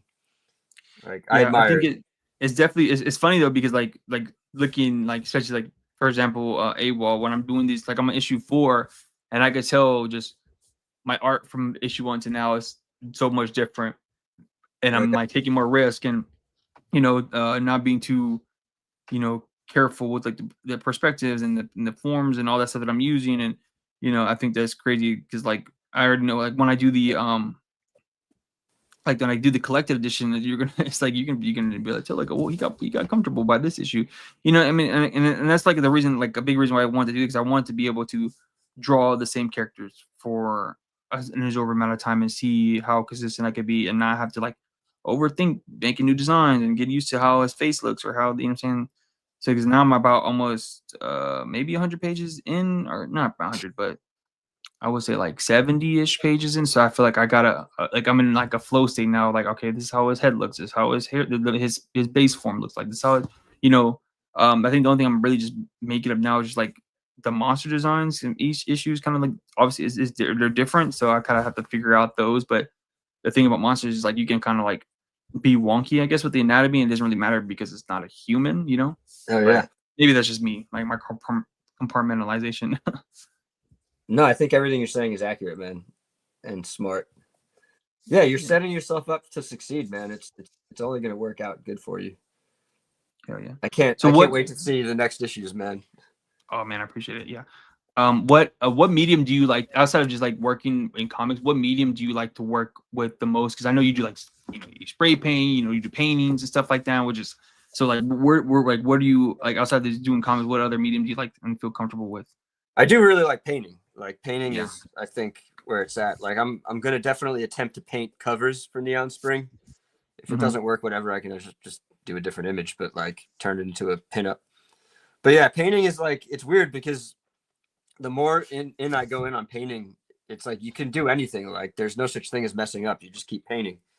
Hmm. And whereas like this ink work is all about being precise, trying to get it on the first or second try, and like yeah, it's like that's where the perfectionism comes in. You got to really figure out a flow where you're not like trying to be perfect because it's too easy to obsess. Um, Lord knows I get obsessed, man. Yeah. But yeah, I don't know. Like that's part of my problem is like loving too many things. I'm trying to really just focus on the comics and trying to do pen and ink work right now. Hmm. I don't want Yeah. to get too sidetracked. Like every time I do a mural, I'm like, should I really be doing this right now? I feel that though. I mean, I feel like I would be the same way if I like was in like I mean, I would love to do murals and stuff like that. Like the next medium I really want to learn is how to do like watercolor and ink wash. Like that's something I really like. When I see people who are able to do that in their comics or like their watercolor their pages or like whatever, I'm just like, bro, that is so fucking sick. Like I just love watercolor. I just I so that's something like with the next comic I'm gonna do after this, when I'm done with issue 4, I'm gonna try to do this ink wash thing with like I'm gonna use that as like my gray tones on the pages. Um, Nice. so because I was watching, I don't know if you know who Wes Craig is. Oh He yeah, did Deadly Class and Kaya. I'm reading Kaya right now. Oh man, oh yeah, I think we might have talked about that. But yeah, so I caught all the way up, and then freaking he made a YouTube channel. I started watching it, and I started watching the way he uses the ink wash, and he was like a blue ink wash on his pages, and I was like, Yeah, bro, it's interesting. I freaking love that. And so I literally would just watch his videos just to see like how he's doing it, just kind of getting a feel for it. And I kind of look at like how it translates to where his pages. I mean, his colors is super dope, so you can't even really like tell. But it's just like, man, I was like, dude, I really want to do it just because just to have the originals. I feel like it just adds more to the original the original art, Yeah, I'm loving this original art game too, man. People are selling art for more than ever, and it's just so nice to see original comic art, man. It's so good. If Yeah, it you're, is. It's nice. if you're into this world like as we are, it's so next level to see it. It's crazy when you see like a really dope comic page. Yeah, one day I'm gonna take my time. I'm gonna go to Felix's page, comic art website, and I'm gonna like rip off a bunch of like the James Herron original art pieces, and I'm just gonna make my own little like personal art book of his stuff because he's like phenomenal. He's super dope. Like I already have enough. Like Daniel Johnson's like doing all his art books and stuff. Like I backed the Kickstarter for a sketchbook. Same and here. I have Yeah. the one for the so good. Yeah, it's gonna be dope. And it was really cheap too. Like I thought I was like, man, this is a good price. And then I got the Extremity one, so I was like, I got enough of his black and white stuff. So oh, dude, last time when we were live, I wanted to ask you about that. Like, what's it called? Because I'm trying to find it. I know it's like probably like I gotta buy it on eBay for a lot of money or something, but I can't even find it. Like, is it just called Extremity Sketchbook or something? Yeah, like the art of Extremity or something like that. Or, I actually I didn't back it when it was live. I should have just fucking done it. Yeah, when he posted it, I was like, yeah, there's no way I have to. Like the funny thing, they actually sent me an extra copy of like the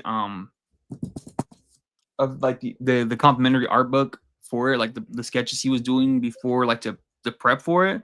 I can sell it to you for like a good price. Like, man, I literally got it for free. Like because it was an add-on, but I don't know why they sent me 2 of them. So yeah, we can talk about it after. But I can, I'll send it to you, dude. Like, or maybe we can even do a trade. Like I'll send it to you. And you send me your art book because I really want your art book. It's like 500 pages. I was like, man, I need to get one of those. Yeah, 556 pages. I got to make new ones, but it's just not. That's it's not a priority in my life. Like for me, making the comic is the priority. Josh, he asked what pens we're using. So I'm using the Tombow, and then I'm using like Tombows, and then I'm using Copic multi-liners. That's what I use mainly. Josh, what are you using? Using and Ian looks like he's using some microns. Yeah, I'm using a bunch. I got Tombows. I got a Pentel brush pen. I got a Kuretake brush pen. I got these water brush pens that I use, and microns. That's kind of what I got right now. Yeah, I had a problem with that. Like I was like when I started doing traditional, I started just buying a bunch of different shit, and then I had to like dwindle down to like a smaller thing. Like I found these cool like Copic brush pens too, but they kind of dry out really fast, but they're super dope. And then I have the Fuji what's it called? Like refillable pens. I saw like Gotti Young use this one right here, but I could never figure it out. And I was just like, yeah, whatever. And then I tried to use these, the Raphael Winsor Newtons, but these are like, they just take too much time. Like, I did one comic, my Tit for Tat comic, I used these literally to ink the whole thing. And I mean, it was cool, whatever, but it's just like, I'm really about efficiency. So like, it just takes too much time to like, you gotta ink and you gotta brush it off and you gotta do this and then you gotta clean the brushes after you're done. I was just like, bro, that's taking too much time for me to do. Dude, I've been using these Croquill pens, and I don't know if you can see it, but it's just like slowing me down, and I'm not sure if it's good or bad. So like it's kind of good if I'm trying to get a super fine line. It's definitely the finest line I can get from all the pens. Yeah, but yeah, I don't know if I'm digging it. I kind of just like these pens that are like ready to go. You don't have to worry about dipping, cleaning. Yeah, you were talking about cleaning. You have to clean the Croquill pen constantly, otherwise it gets messed up. Yeah, I bought a couple of like super cheap Croquill pens, but I haven't really like delved too much in there. I bought these watercolor brushes, so I'm gonna use these once I start doing like more water brush stuff. So I do like Winsor Newton water brush Cotmans. I don't know if these are like the best ones, but they were like, I was like, oh, it's Winsor Newton. I know they're gonna be pretty good quality, so I just bought them. And then, but really, I just use like the same just pens. I bought like a bunch of these Tombows because I freaking love these, and so I just been rocking with these. These are probably gonna be like my primary like inking thing, at least until I feel like find something else that's more time efficient or like just something that I really feel comfortable using. But I'm getting really used to these, and they still give you that brush feel, Dude, people love the Tombows, man. Yeah, and they're cheap, so like you need like 5-10 of them for like $20, something like that. So I have like a whole drawer full of them. Nice. But yeah, watercolor is something I want to try to get to. Ink wash is something I want to try doing for my pages. Just once I gotta find the right projects and stuff like that. Like I have a bunch of screen tones too, and like since I like I don't have like I have a lot. I just need to find more time to use them. But those two are like super time consuming trying to figure out how to put them on the page and and it makes me think I'm like, how the fuck did all these mangaka do this? But obviously not to mention expensive, right? Yeah, they are. I mean, luckily I was able, like Brian, when he went to Japan, he bought a bunch of us. Like he didn't buy it for us, but like we were able to send him money. He bought them purchase them for us from Japan. So we got like the giant size ones for like a good price, you know. Oh wow, man. Compared, because if you buy them off Amazon, you're getting like the small ones for like double the price. Yeah. That's super nice of him, man. Yeah, it was super clutch. I was like, damn, that's crazy. I was hyped when I got them. I was like, man, I got like, I don't remember. I mean, I have like at least like 50 sheets. So they're gonna last me for a good while, because I only use them really for like pinups and stuff like that. I don't really put them on my page, at least not right now. Maybe I will on one comic, but it's just like, it just takes a long ass time to freaking use them. Yeah, I don't know how far we're gonna get tonight, but I might try to throw some screen tone on this piece. Yeah, for sure. I mean, I'll probably go, it's about to be 11, so we'll probably do like another 30, 40 minutes. So I gotta make sure I go to bed early, because I gotta wake up early as fuck to go to the, what's it called? To the con tomorrow. It's gonna be a long day. Yeah, get your rest. Yeah, Tim was in the group too. Yeah, I think Tim got a bunch of deleters. There's a bunch. I just want to get good out to Japan one year and just take the fam and go out there for like 2-3 weeks and just fuck around and all this other stuff. Hell yeah, man. I want to go. It'll be epic when you do. Mm-hmm. It would be for sure. So, are you from New York? Or are you like born and raised a New Yorker, or? I was born and raised on Long Island, and I lived in Brooklyn for like a long ass time. Now I'm kind of in Ridgewood, Queens, and Long Island. Okay. But yeah, I've always been in the city. I've never really lived anywhere else. I've been fortunate enough to travel a little bit, but like never actually lived anywhere else. Mm-hmm. Yeah, I've been to Hawaii a few times. That was cool. I've been to Europe once. All I did was just get drunk. Palma de Mallorca in Spain. It's like an island right off the mainland. Just got drunk the whole time, pretty much. It's like a little party island. So nice. That's literally it. The trippy thing is when you go, I don't know if you've been overseas or not, but like when you go overseas, people are like, "Oh, I like your accent." It's like, whoa, I never heard that before. You know, no one's ever complimented my accent. I was like, I don't have an accent. You have an accent, but I'm like, oh wait, I'm in Spain, so I do have an accent. Like, you know, it's kind of funny. It was like a real like me and my dumb American brain thinking like I'm the center of the universe. If you go somewhere, it's like, oh, I like your accent, man. Like, you know, so that always tripped me out. And I've been around the States a few times, mostly in the South, though. I haven't really been up. I mean, I've been to New York twice. Actually, the first time I went to New York, the first time I went with a couple buddies and we just like slept in the car. It was like we just drove up there. We had and then we just drove back. It was like a day trip. It was weird. It was fun though, but it was just funny. Just we just went real quick, and then I went to the Macy's Day Parade, and it was like the year they premiered the balloon for Goku, like the blue-haired Goku. How sick! And we went, and it was freaking freezing. I was not prepared. Like I bought a bunch of stuff, like jackets and scarves. Oh yeah, New York that time of year is no joke, man. Mm-hmm. And it wasn't even snowing. It was just windy as hell. It was cool. I wore like sweatpants under my jeans because I knew it was like it's gonna be cold. But it still didn't work. And I wore Vans, and my feet were freezing. Like we didn't even stay for a whole thing. Like I didn't realize that at the end of the Macy's Day Parade there was a concert, and we didn't even stay. Like we were just like, no, fuck that. We gotta go. It's too cold. As a New Yorker, I don't participate in things like that, man. I can't stand them. I can't stand. I have never been, and I never will go to Times Square for New Year's. Like that's just never. You're never gonna get me to do that. Yeah, because you probably did it like as a little kid and stuff. So you're just like, I've been there, But, yeah, it's just it's tourist shit, man. Like the people that live in New York don't go to that. Like, oh no, for real. That's a fact for sure. I can see that. But yeah, I would like to travel more. Traveling has been mostly ex-girlfriends would get me to travel. Like left to my own devices, I tend to just like stay home and make art, or like go to art shows or party, or like I need to plan my own trip. And I'm going to. Once I have more comics, I want to travel the world with the comics. I'm not really interested in spending a ton of money right now without like some serious product behind me. But yeah, I feel that, man. I feel that for sure.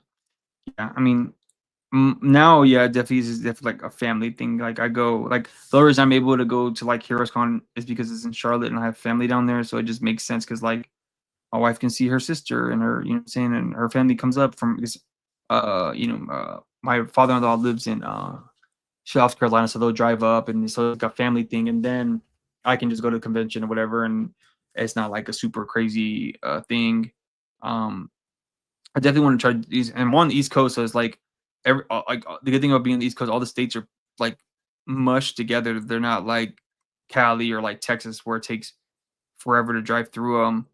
So I can go up. Like I wanted to go. It's like I didn't like Baltimore Comic Con. I want to try to do that one maybe next year. And then I didn't know SPX was in Maryland, so I was like I'm gonna try to do that one maybe next year because those are like 2-3 hours. It's like the same distance from going to Charlotte. It's like 2-3 hours away. So I didn't realize there were so many cons in the East Coast. Which I mean, I guess it makes sense. But I was like, man, I need to tap in more. But like I'm like you. I want to have more product, more comics under my belt, and I always want to have like something new at the shows to premiere, I guess. Yeah, that's been a problem for me. Like I've been peddling the same stuff for a long time now. Mm-hmm. So it's like I can't stay home and do nothing, but I'm also just I haven't been eager to go to shows. Yeah, for sure. Going to Eddie PCon. Oh, you are? I had a homie back out, so now it's just me and one other guy, and I'm looking for someone else. If anyone's listening, and they're in the New York area, hit me up. I need someone else to hop in the car and maybe even jump in the hotel with this. But because that's the way to do it, man. I feel like that's even like I think that's how Jim and Ed became friends in the first place, like just going to cons. Yeah, I think so too. They're just on the scene together and just kind of for hanging out. Yeah, it's too expensive. You gotta have it. You gotta have like at least one person to help, cover costs with you. No, that's a fact. That is a fact. Or you just gotta be lucky and like have somebody already in that local area, or whatever. Yeah, yeah. I went to a con in Phoenix, which was cool. I want to get back down there again.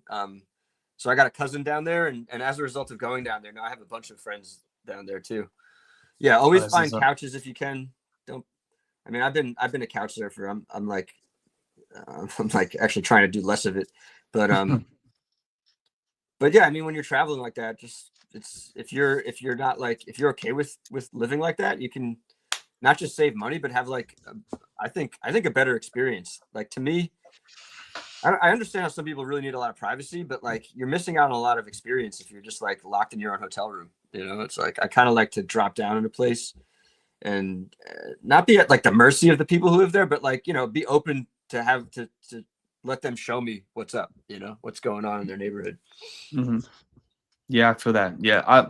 Yeah, when I went to Heroes this year, it was a different experience because I went out to like they do an art auction at the end of Heroes, so I went to that. So it was kind of cool, just kind of mingle around people, and then obviously Brian was there, and Brian's like, he's like a super social person. Like me, I'm not like antisocial, but I'm definitely like gotta catch a vibe before I start talking to random people and stuff, So it was kind of interesting.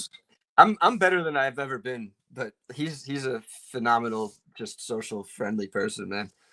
Yeah.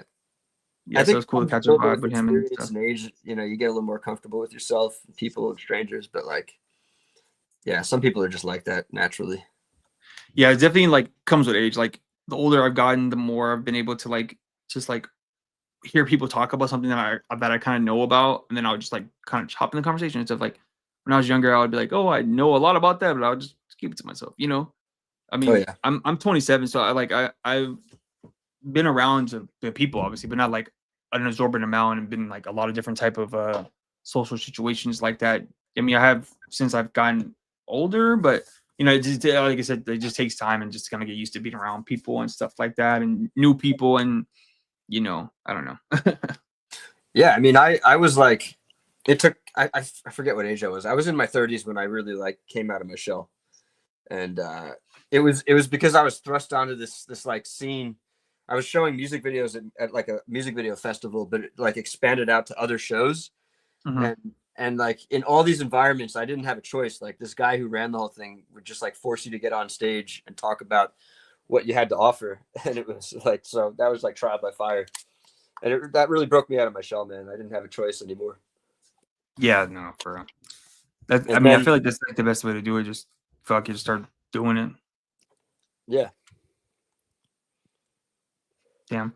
So whenever the SoundCloud boom came, did like your music video thing start like getting more traction because everybody wanted like music videos, everybody wanted to be like a musician and stuff? I wouldn't say, I don't know if that, I don't think so.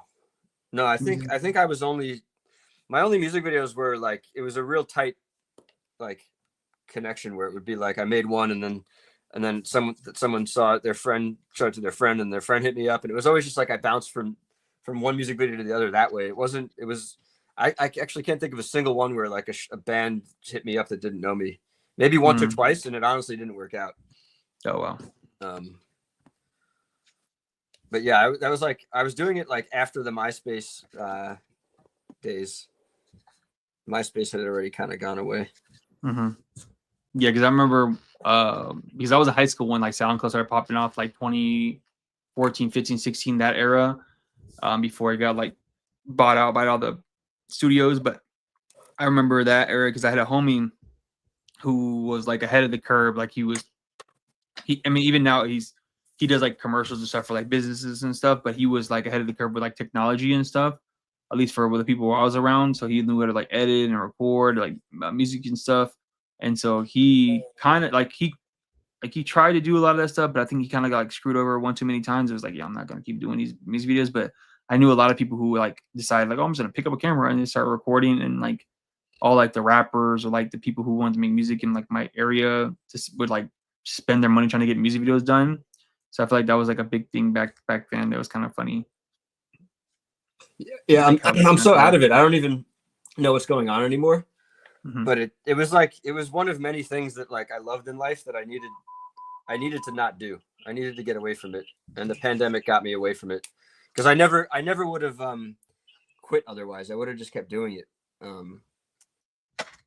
Yeah. So in a way, I'm grateful that the pandemic ended that, because I wouldn't be making comics. I would be just trying to hustle the video game still, and I'm glad I'm not doing that. Yeah, for sure. Same. That's how the pandemic kind of did the same thing for me. I would have just been doing whatever I was doing. I wasn't doing jack shit, just working, hanging out and stuff, lifting weights, and that was kind of like my thing. But I'm glad, like, even though the pandemic was ass, I was able to find like rekindle an old passion, with making comics and stuff. So I think that was obviously the added benefit for that. Oh, you're like that too? The pandemic brought back into your life? Yeah, pretty much. Like I just, I had nothing else going on. At first I was thinking like, man, maybe I'll do like a fashion line, because streetwear was super popular at the time. And I have like, it was like, I wouldn't say I was a hype beast, but I was definitely a little bit trendy towards that. Like I bought like a bunch of like V-Lone shit and Supreme shit and all that stuff. It's literally meaningless at this point. Like nobody wears any of that stuff anymore, but I was definitely down with the hype. Yeah, because like not totally. Yeah, but it's not the same. It's not like, you don't think so? It's not this. I don't think so. At least, it's definitely just it went back to a subculture of like hypebeast. It wasn't like everybody's trying to get fucking Supreme. V-Lone's definitely dead. Bape is still, it's still around. Like all that stuff's around. You're in New York, so I'm sure it's still prevalent because you have all the flagship stores there. But like, yeah, Supreme's got a location in this like insanely historic building. They're still around, and there's always a line outside. It's kind of silly, but it's because they only let like a certain amount of people in the store at a time. Yeah, I went to the Supreme store in LA, and it's just like a boutique, so it's not even big. Like you could probably fit like 5, maybe 10 people in there at max. And I went and I was like, they were selling these overpriced shirts. I was like, I'm not buying it. Like I bought one Supreme shirt, but I bought it off of eBay. But I just remember during that time, during the pandemic, everybody was like opening up those stores that were like resale stores that have like all the exclusive Jordans and all the hypey stuff. But then now, if you go like on Marketplace or eBay, a lot of that stuff kind of like it's not.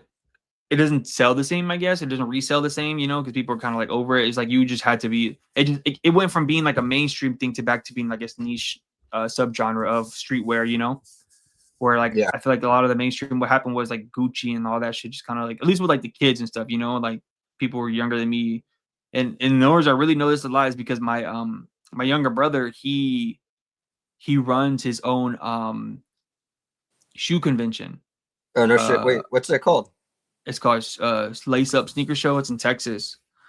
He's been doing it since he was like 15, 16. So he just like, he figured out how to like, cause he was into that like whole hype beast stuff. So he would flip Jordans and like cell phones and stuff on Facebook Marketplace, and there was another app I forgot he used that people would buy, offer up, I think it is. And he started making like money doing that. And then we went to a show in because I'm from San Antonio, so we went to a show in San Antonio. And he was like, shit, you're from San Antonio, man? Yeah.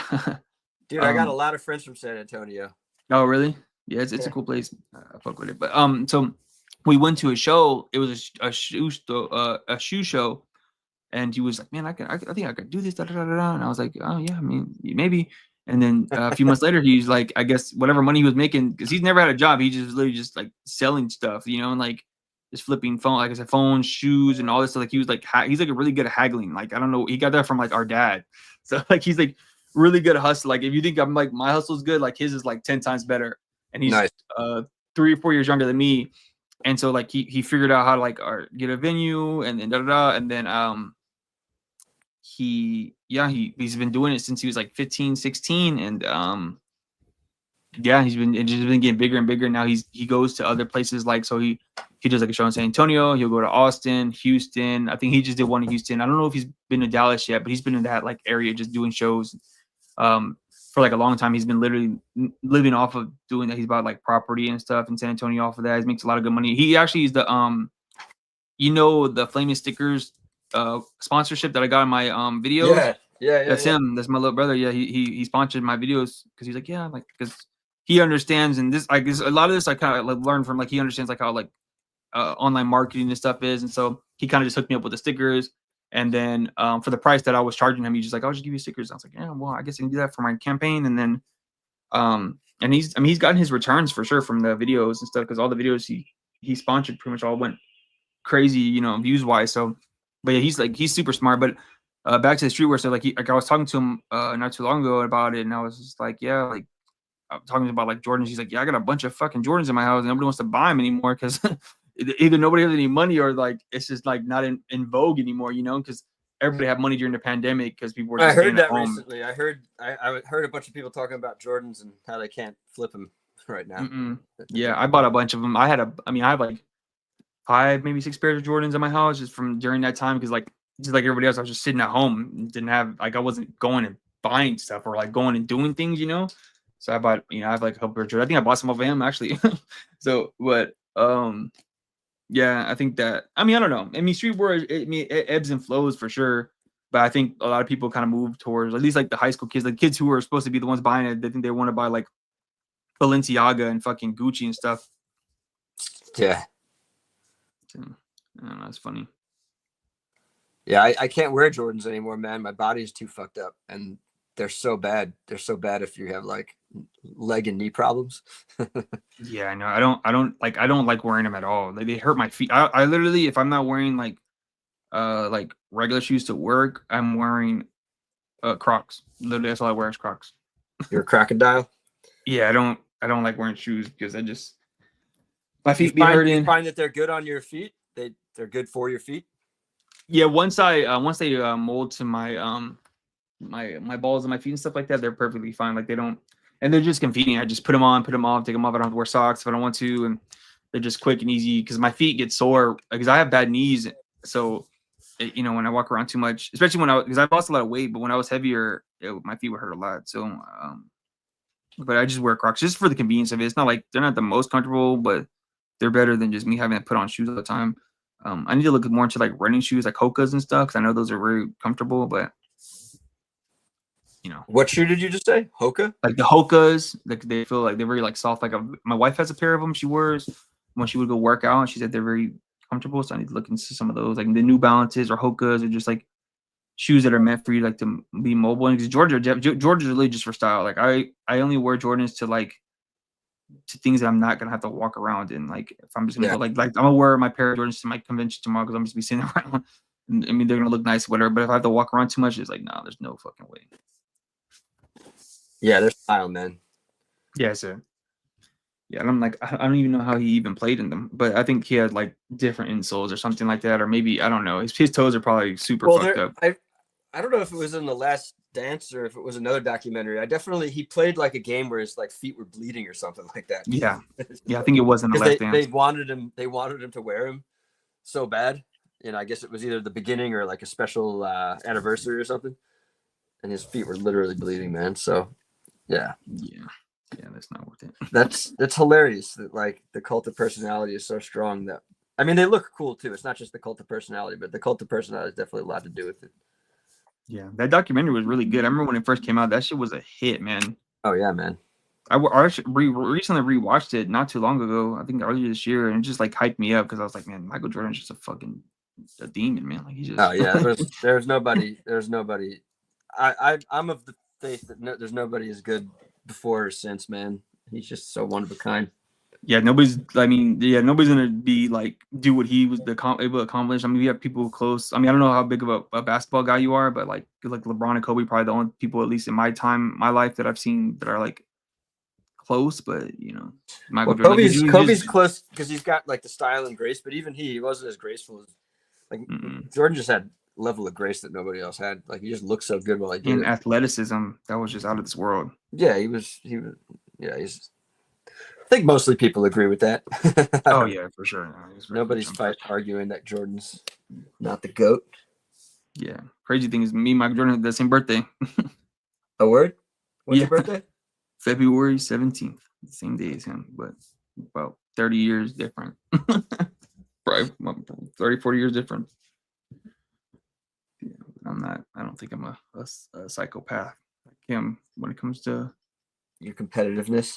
Yeah, I don't think I'm definitely competitive, but not betting people off of bouncing coins off the wall and stuff like that, you know. Yeah, I didn't realize how nutty he was. That is pretty nutty. Yeah, he is. It's just like the inability to like he's got to be playing a game no matter what. Yeah, he has to be something has to be high stakes for him to give a fuck about it. Yeah, that's another level, man. I'm not like that. Maniacal. I've had to remind myself to enjoy playing games because like I'm actually like the opposite. I'm really just not into competing. But you know, everybody's different. Yeah, I mean, I feel like I'm more like internalized. Like I'm not like a person who's like, oh fuck. Like I mean, sometimes when I go play ball, I'll talk a little shit, but not like crazy, because I'm not like that good anymore.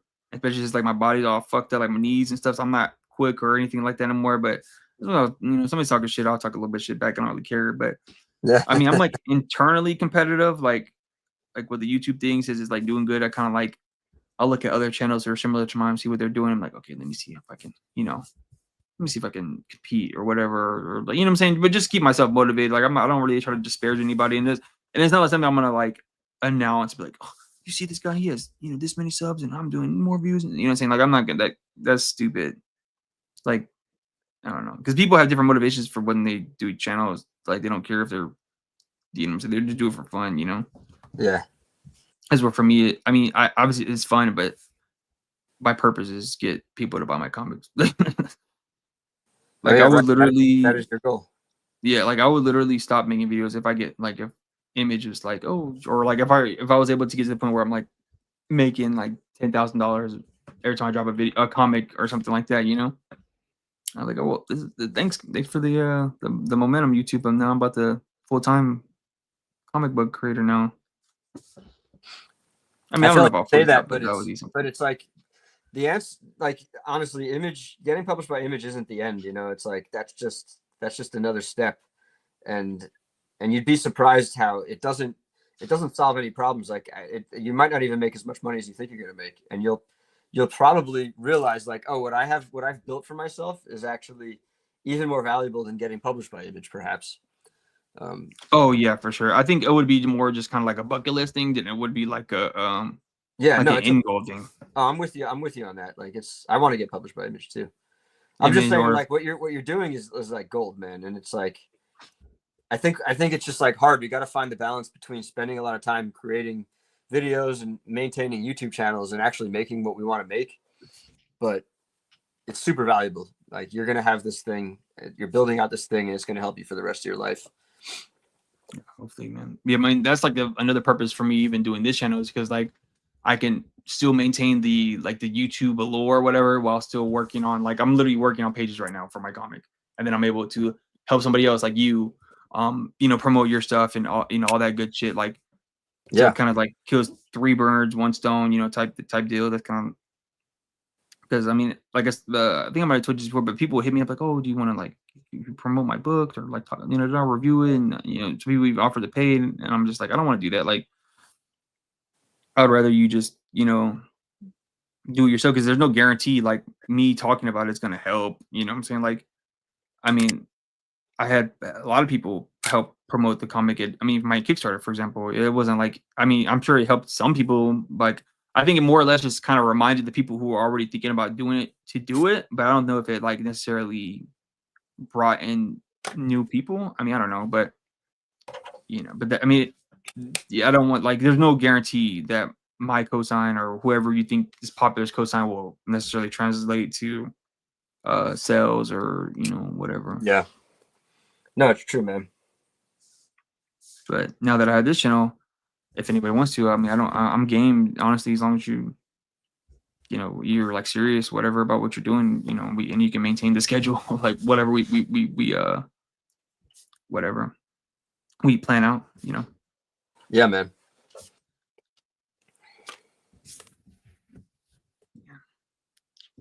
Yeah, I hope to someday be in a not just a better place, but like have everything organized better so I can do my show more regularly.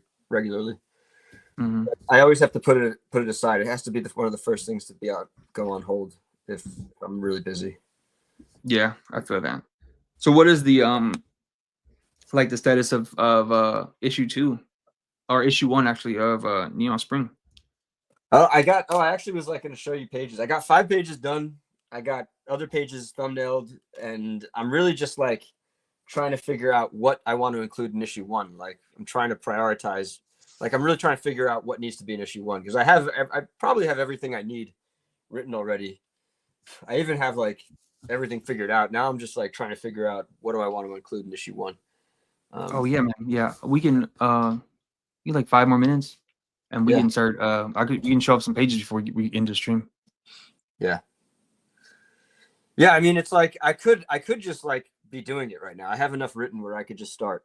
But for some reason I'm holding off, and it's part procrastination and fear, but it's also like I'm also being a little smart. Like I'm really trying to figure out some stuff that's going to matter later, like if I figure out a couple more things now, it'll be a better setup for a better punchline later.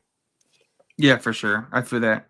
Cuz now like what I do with AWOL, I kind of just went for it, and now I'm like trying to like figure out how I'm going to make everything make sense in the future, like next arc, cuz I already have this arc done. So I already know where I'm going to end it, how I'm going to, but now I feel like I'm going to have to like figure out how to explain some stuff, but honestly like I'm not super duper pressed about that. Like I just like I'll figure it out, what I'm saying, as I go. Yeah, Cuz totally, I mean I write so much now that I feel like I kind of just wing it, I guess, a little bit, and then I don't know. These comics that I'm doing right now are just exercises on craftsmanship. You know what I'm saying? Like they're not. It was where you like, dude, you got it, man. I feel like your artwork is fucking sick. Like, yeah, you know what I'm saying? So I think, I mean, you have a different priority. Whereas, like, I mean, I'm still trying to figure out anatomy, the tools that I want to use, how I want to stylize everything, and when I see your work, I'm just like, dude, you're to me, you're like pro, like professional Marvel level. Like, I feel like I mean, you live in New York. I feel like if you just DM an editor, I feel like you can probably start getting covers and shit. Like, honestly, there's one guy I followed on Instagram. I'm on YouTube a long time. He's like one of the people who inspired me to start doing this stuff. You probably, I don't know if you know him. His name is DD Mark, and he would do a lot of videos on YouTube on just like his time making comics and just do like this. He did like tutorials, but he also did videos where he would just like talk about his experiences making comics or manga specifically.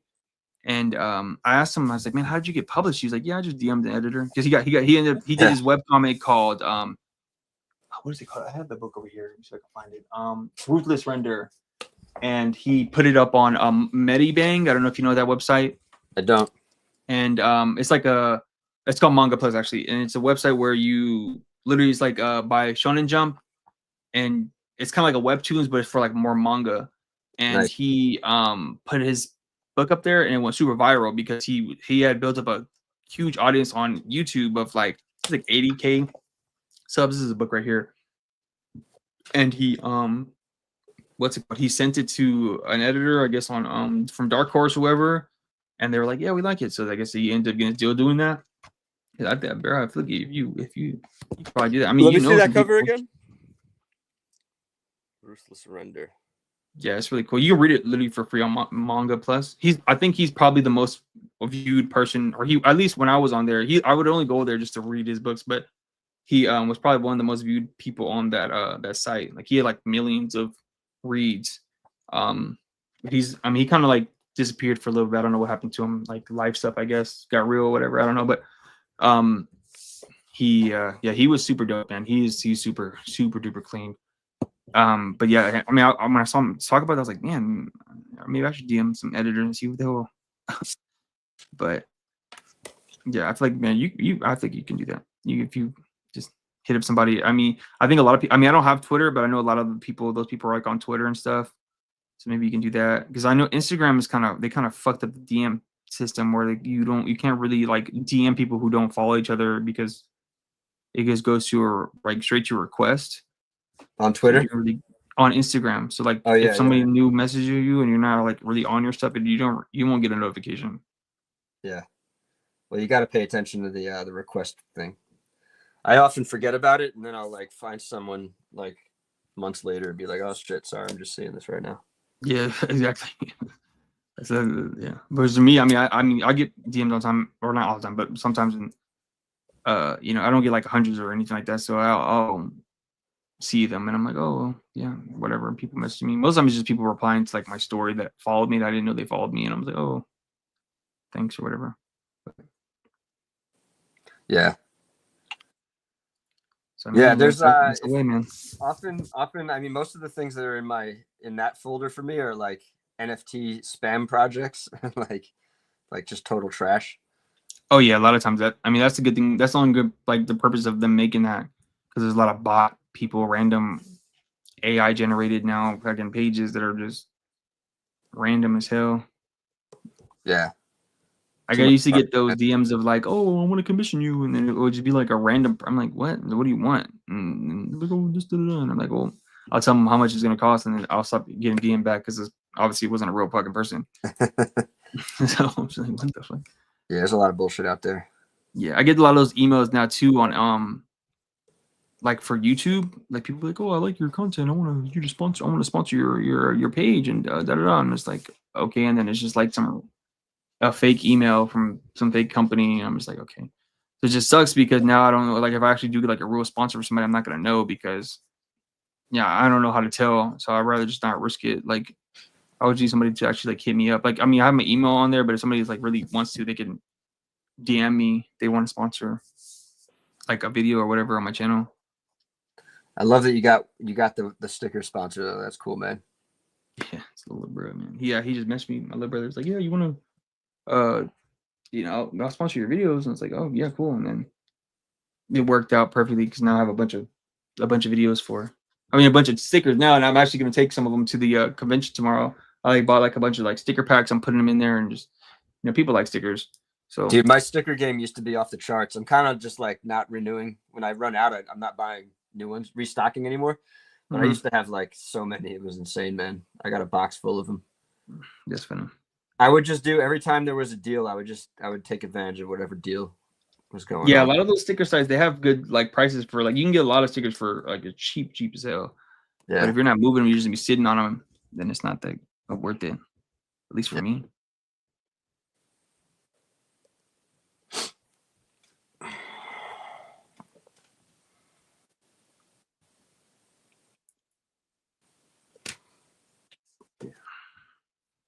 Drawing, man, it's a crazy discipline in a day and age where you could just type things in and get use a prompt and be done without doing any work.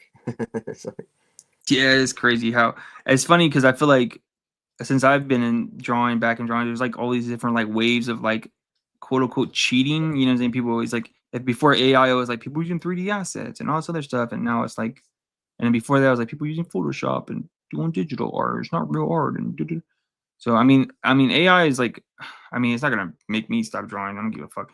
It's really just for people who don't want to pay somebody to draw and or do stuff, which sucks. Like for people who are actually professionals, like in animation and stuff like that, when like I mean, I don't know what the timeline is for when it's actually going to become so prevalent that like people are going to really like lose their jobs. I mean, it might be like probably 10 years or so, but you just got to like, I don't know, be the person that knows how to prompt the AI now. I don't know.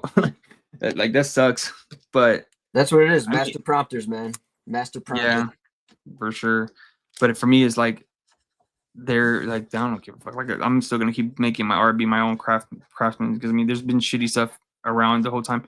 You know what I'm saying? And I mean, I feel like all the bot accounts were essentially just AI accounts. We just didn't know that's what they were called until now. Now that we have like the dialogue to talk about it, you know?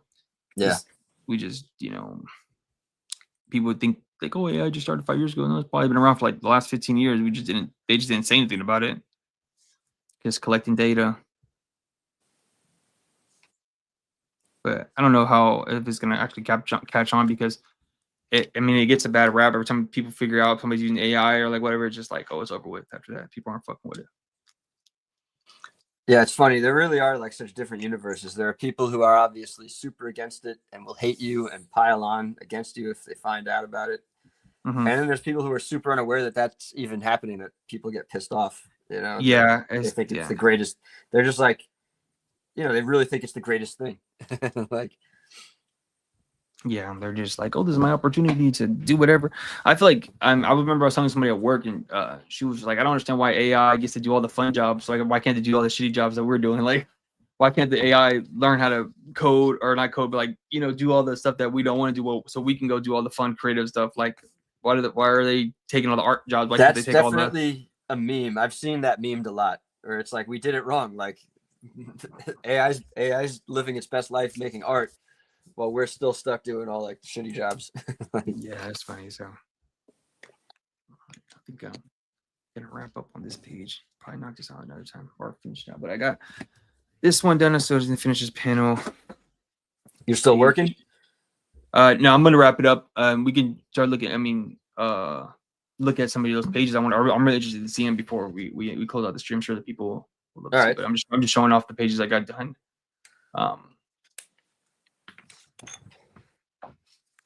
Then obviously I go in after and I'll add the grays, the midtones on Procreate. But yeah, I want to see. Nice, man.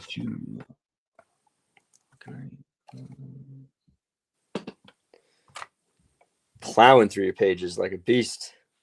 Let me see how I can. Is my camera blurry? No, it's good. It was good the whole time. Okay.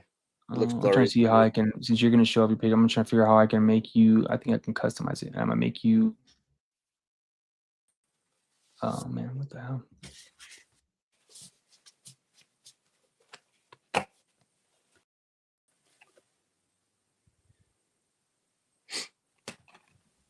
Can you hear me? I can hear you, yeah. Let me see if I can edit this to make you. Can I turn my thing vertical?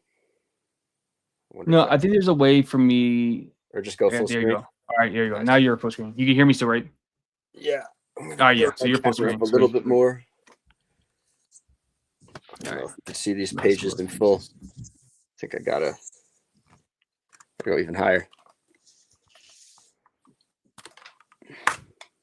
Yeah, I'm definitely interested, man. So after I finished reading the first book, I was like, man, I gotta see what the hell he has coming next, man. So this is going to come out in Cosmic Lions publishing something called Leon Cosmique. It's kind of like Eli's doing his kind of like heavy metal. Oh, okay. It's an anthology, and so it's coming out. It's going to be coming out through that, a few pages at a time. Sorry, I'm almost ready. All right, yeah, I don't think I can fit the whole page on here, but this is like I'll just show what I got. It's not blurry? It looks good. No, I mean, anybody in chat, does it look blurry to you? It looks fine to me from what I'm seeing. Anybody in chat, I think it looks fine. This is kind of like a title page. I always end up like changing things digitally. I actually added digital screen tone, so the final looks considerably different, or the printed version will look considerably different than this. Plus sound effects. You're doing this all color as well? I'm leaving it black and white right now. And I'm not Okay. sure if I am going to color. I might go manga and just plow through black and white. Oh yeah, might save you some more time. Those look dope. Are you still working on the? Oh, you said 11x17 now. Huh? Yeah, these are 11x17. Shit, man, that is crazy. So yeah, issue 0, it's nuts. The pages are twice the size. Like it's insane. Even big, even more than twice. It's nuts.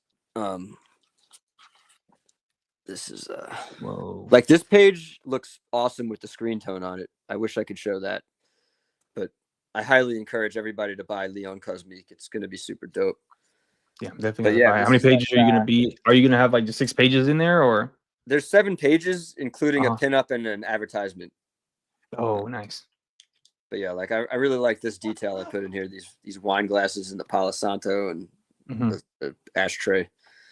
That's awesome. Yeah, I'm psyched about both of these characters. I feel so bad for this character. I'm calling him Devante, and he's just like, you know, like a beautiful gay man, and he gets sucked into this fucking nightmare, and like, and I feel so like sometimes I'm writing and I'm like, why am I like I'm doing terrible things to these characters, you know? I feel the same way. Like when I've been writing like the issues of AWOL, like especially like the first 2 issues, just like random people I just have just getting their heads blown off and stuff. I'm like, damn, why am I doing this to these people? Yeah, like they didn't do anything. Like I feel like I'm not like I can be intense, especially if I get drunk. I get really inspired and excited. But I'm a really like peaceful person. Like I know how to fight, and I never fight. I will run away. I will not fight anybody. It's not just cowardice. It's like the knowledge that like either I'm gonna hurt someone or someone's gonna hurt me, and it's unnecessary. And like the only way I'll fight is if I really have to defend somebody, you know. And like, but then when it comes to like the art, like super violence, man, hyper violence. yeah. And I don't always know how to reconcile that. But yeah, man. Awesome, man. Hell yeah, man. I appreciate you coming on the stream, man. We can do this anytime, you know, whenever you're done or want to promote or whatever. Definitely down to have people on. Yeah, I'm down. I need to start like moving on my pages. So it would be cool to do pages together. Oh yeah, for sure. That's like literally like half the point of me doing this. Because just like I said, it kills 3 birds with 1 stone. Help promote people, help promote myself, and then you know get a draw and have some cool conversations on live stream. So, but yeah. So everybody, I appreciate everybody for watching this stream. Go check out my sorry, I don't know tomorrow. If anybody was. Did we have people in the comments? Did we have K-Fan? Yeah, they were just watching stuff. Nothing crazy. Conversation wise, go follow somebody. Ian. Say something crazy before we're done. Go follow Ian on Instagram at Ian_Cinco.